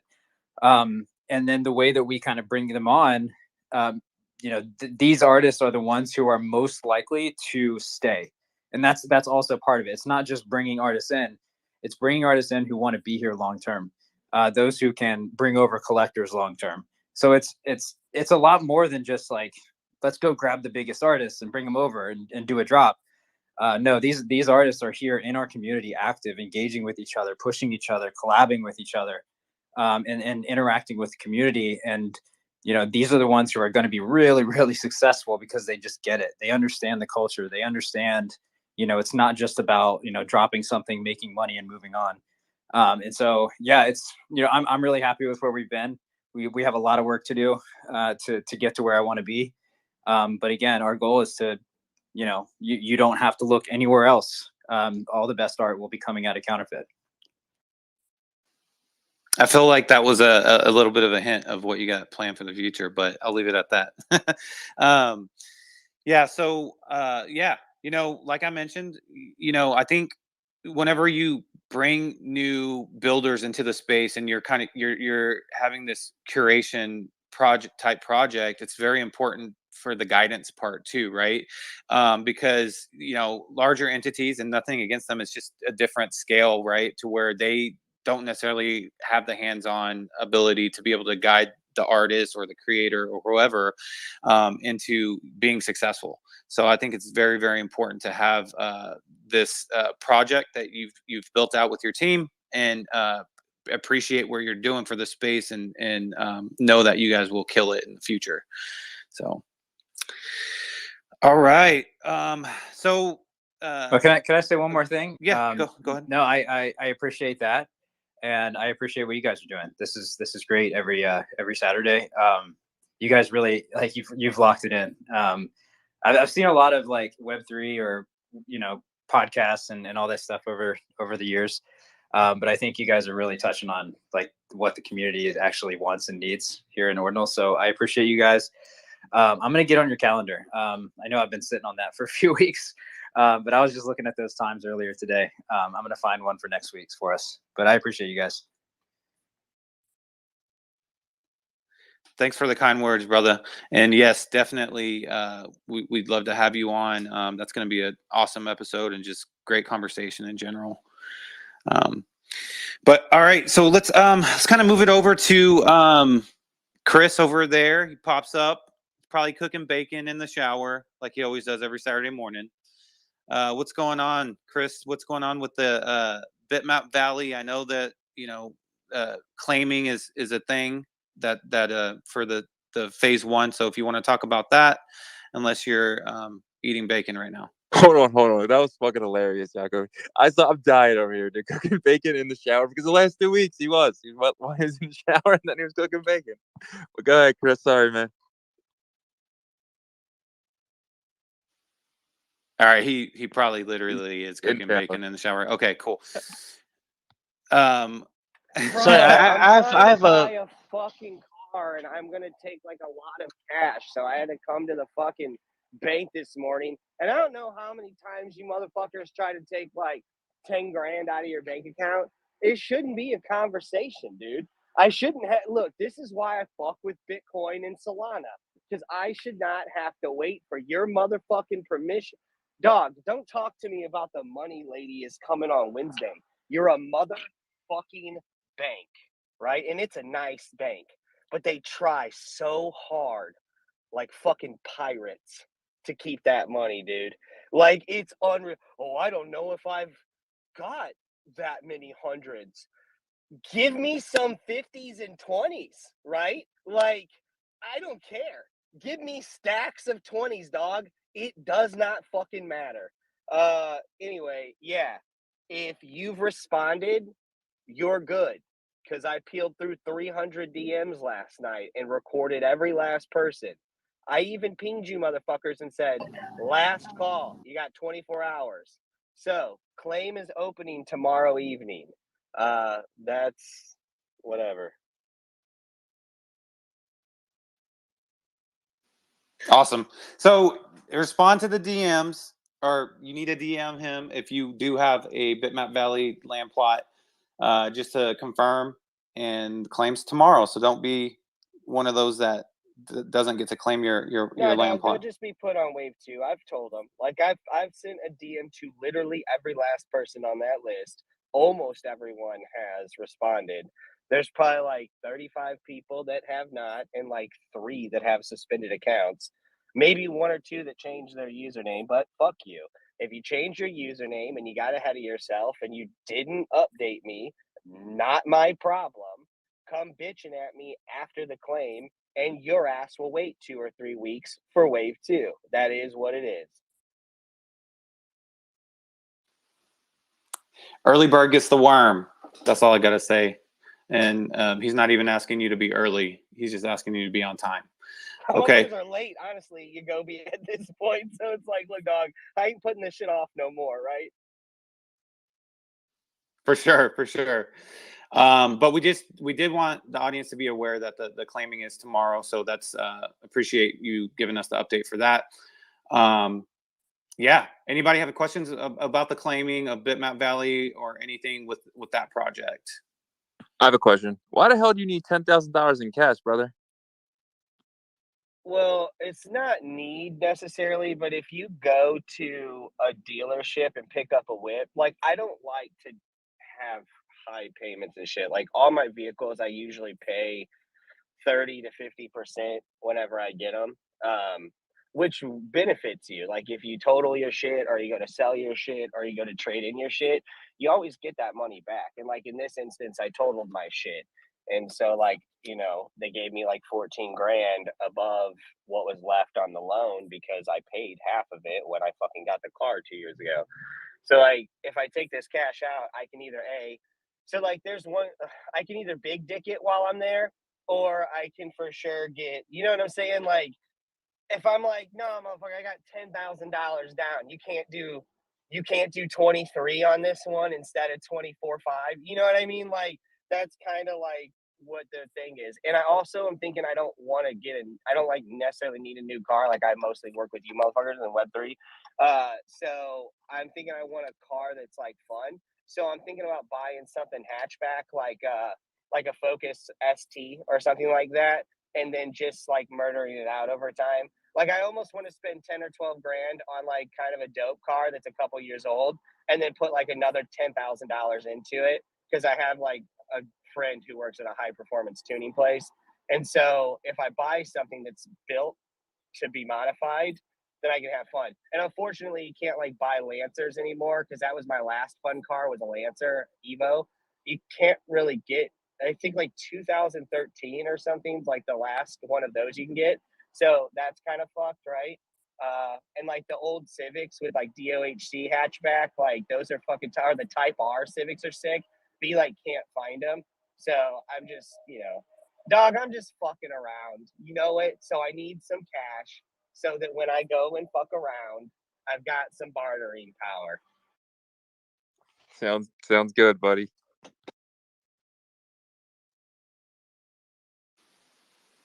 Awesome. Well, good luck on the new ride, and appreciate the update, brother. We'll need you back on the show too once we you get into the next phase of building. Well, fuck that, dude. You guys are gonna claim on your show, and nah, you motherfuckers are gonna do it, not me. It's gonna be you. Matter of fact, I confirmed with Shizzy. I hope those are right. So they're listed. You guys will be able to claim tomorrow with everyone else. We're just doing some final testing, and I want the texture and color stuff to be immediately ready. We're not really sure what modules you guys are going to want to use first for tooling. So we'll do the exchanges and the arcade and the ballroom, right? And we're implementing the little AI bots. So like that'll be a really good start. And then you guys being able to like customize your color palette and some textures. That's a great start for week 1. You know what I'm saying? So that's the goal is give you guys some level of customization. It'll probably be a 2 or 3 day period that people are actually logging in and claiming. And then Bitmap Valley Wave 2 will be very shortly after. Like, and there's only a few hundred of those out there. So like, yeah, we're not even going to be at a full 1,000 plots. So after, after like 800 of them are claimed or whatever, those last 200, we're just going to let people buy directly out of Bitmap Valley. But once those 200 are like bought directly out of Bitmap Valley, like basically you'll be able to go in, type in a block, look at it, and then confirm if you want to claim that or not. But you can only claim it if you own it in your wallet, blah, blah, blah. And then as soon as we hit 1,000 flush, we'll disable the claim, and then we'll have like a community meeting and give you guys some more insight on how we want to do some revenue sharing with you. Yeah, we'll talk more about that, which you guys already kind of know about that, but yeah, we'll discuss that more in the future. Yeah, that sounds awesome, man. That'll be an amazing episode once we're on there and stuff like that. Yeah, and you're right. We probably don't need you for that one, but it would be nice to have you walking us through it. But yeah, we're definitely going to show everyone who doesn't have a lane. We're going to walk through that on the show. We'll have a full tutorial once we figure it all out, and it should be really fun. I can't wait for it. Yeah, for sure. Definitely. We'll definitely put that episode out. All right. So Vision O, I saw that you jumped up. I see your PFP, and I believe I saw some a collection drop on Magic Eden. I'm not sure if that's if you're a founder of I believe it was named Ninja Alerts. Is that what this is? Could you talk about that a little bit if that's what your project is?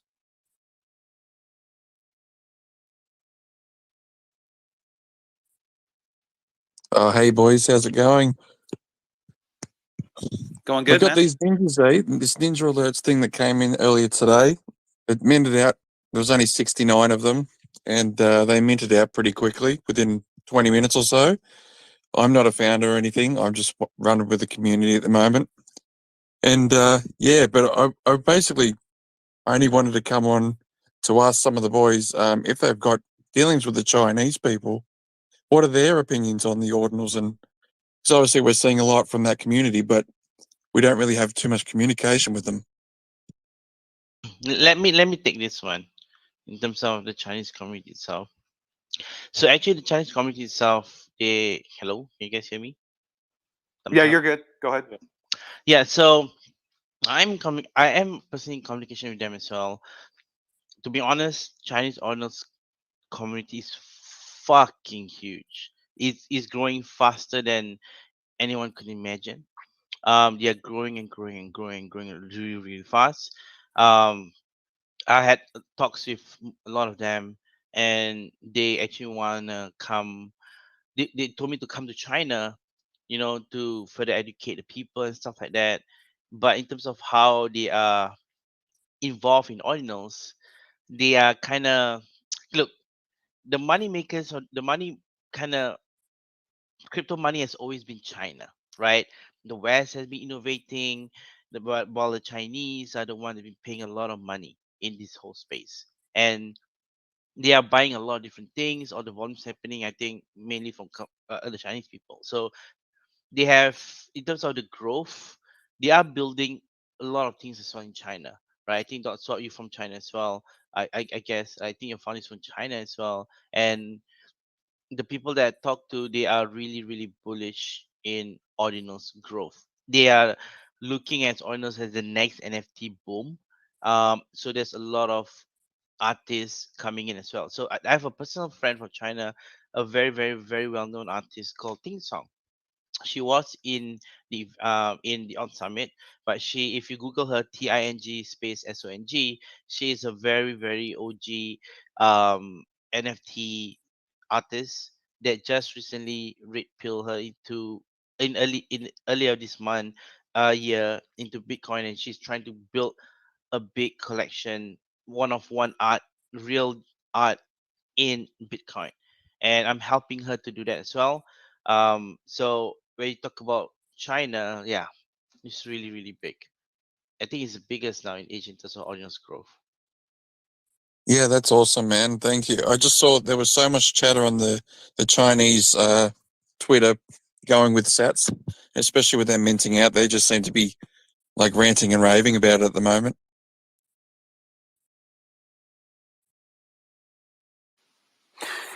Yeah, I mean, they have multiple BRC20 communities that are pretty strong. They have like BTCS. They have multiple, and the Sats obviously is one of the most largely distributed tokens, right? So the community for that is just really huge, and I think that's been kind of the news because it's been close to being minted out. But crypto. Pepper, you have your hand up. Go ahead. Oh, sorry. I just had a internet clicking. I can't see much about the Chinese community because I really came from the Chinese community. All I can say is well, Nakish was right about the Chinese community, but they're very huge, they're very potentials. Like recently, there's a lot of focus on the ARC 20, some sort of that. Some Chinese or they're volunteering, others to helping them, sort out, the ARC 20 because it do have some obstacles for, non-technical backgrounds, even to begin with. So let's put this aside. I mean, I see there's a huge, really like what I can say, it's like people are really excited about BRC 20 Ordinals. There's a really hot debate over different sides that you should support Casey or you should dispute Casey or you just certainly not supporting the inscription number. But I mean, it's a wonderful. We had like several spaces, like literally every day. We talk about the debate. We talk about new stuff coming up. We talk about this and that. So what I can say is that I do play a very active role at the Chinese community. So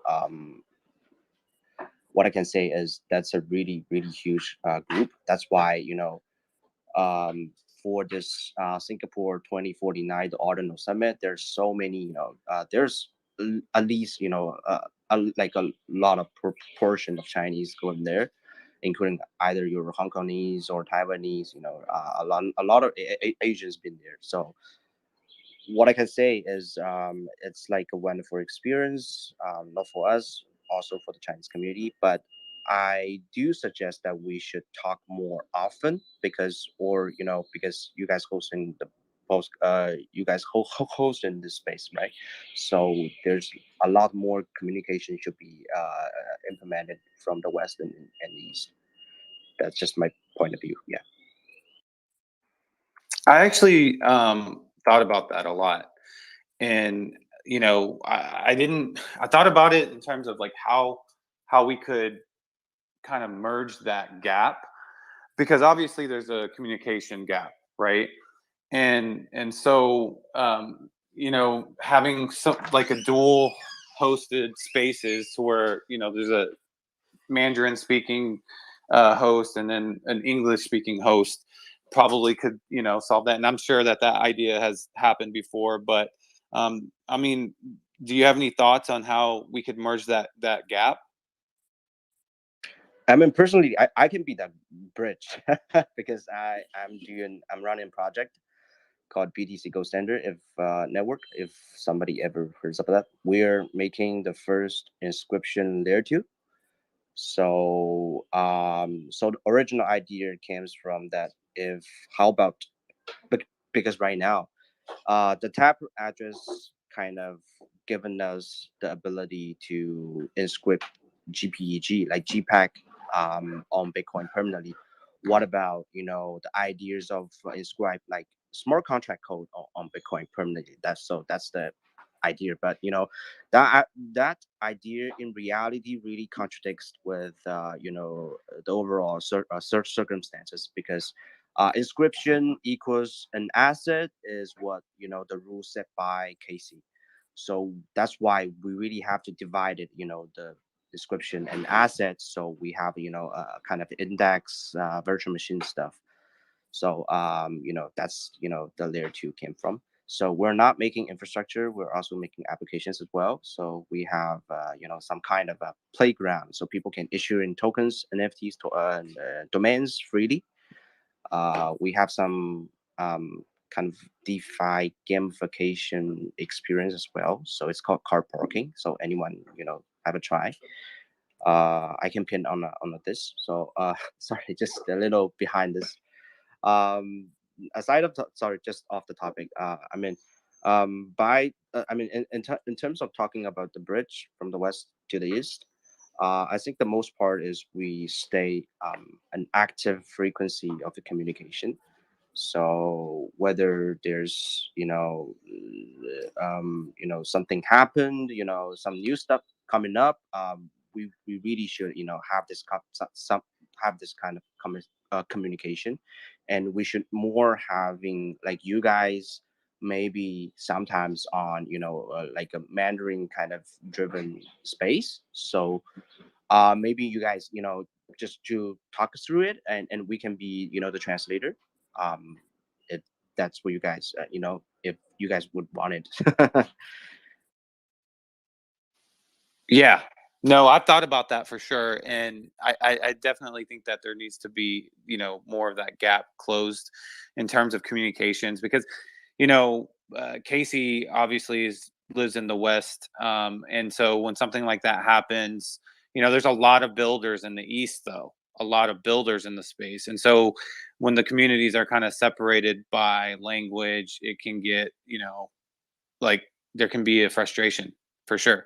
Nikib, I'm curious to hear your opinion on that gap, and is that do you feel like that's the only option is to really just have like a dual, language hosted space? I think having this dual language space thing is good, but okay. So what I'm trying to build as well is, as most of you guys know, I've been traveling all over Asia, right? And I've already created a Telegram group where it talks about Ordinal's meetup, and the main is Global Audience Meetup. And under that Telegram group, I have multiple countries, and I assign admins based on the country, the friends that I have that live in country that are very bullish in Ordinals, right? So I'm trying to kind of curate multiple countries and host Ordinals Meetup in China as well in future. I'm actually going to Taiwan, so I got invited to Taipei Blockchain Week in December to be a speaker there. And at the same time, I got invited by AIGC to create the first ever Ordinals meetup in Taiwan. And of course, this is a point where I feel having online Twitter is good, Space is good, but doing all this meetup as well is key to understand between the West and the East. Right, that's the reason why I'm doing all this meetup. So in the future, the next meetup I can bring people from the West to come and share, and I can bring people from the East to the West to come and share. And I just want to grow this whole network of audience meetup, and hopefully to get everybody just run it in the country themselves, right? And then this how I'm trying to grow this space by building foundation, and then people can build on top of that foundation, and then that's how we can connect together.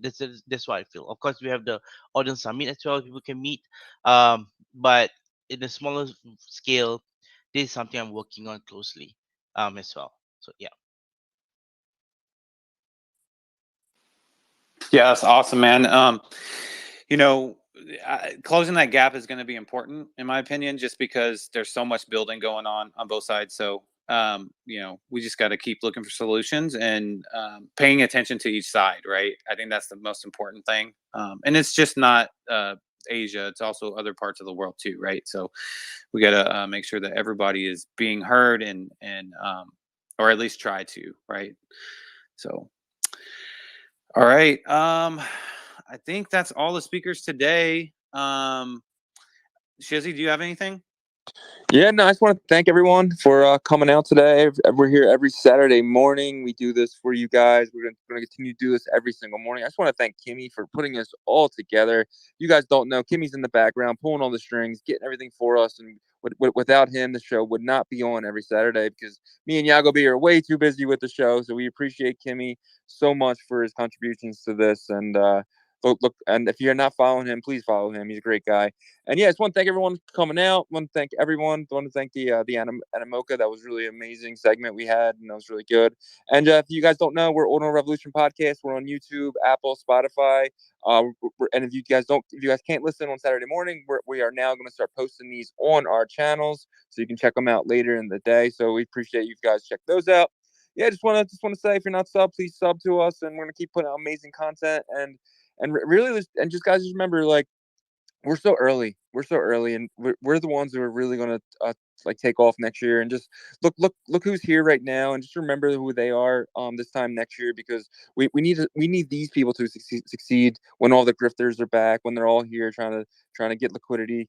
So just remember who's here, and just appreciate this time too. It's quiet and everything, and just appreciate what we're doing together, because we're, like I said before, we're a tight knit community, and it's fucking amazing. I love you all, and it's great. And I just want to shout out something really quick. We got some breaking news. Sats is over 99%, the Sats token. So I think that is really awesome for just the community in general. That's something that we did together, and it's something we're going to strive to do in the future. And I just want to thank you guys. Check us out, and please follow everyone as spokes. Please follow Chris, Prism, Nakeeb, and down below, follow my man Eric. Follow everyone that's here. Expector, Dot Swap. Follow everyone, man. Shout out Bean in the base community. Shout out KT Investment. Shout out everyone, man. Shout out everyone. Really appreciate you guys, and thank you guys. Peace.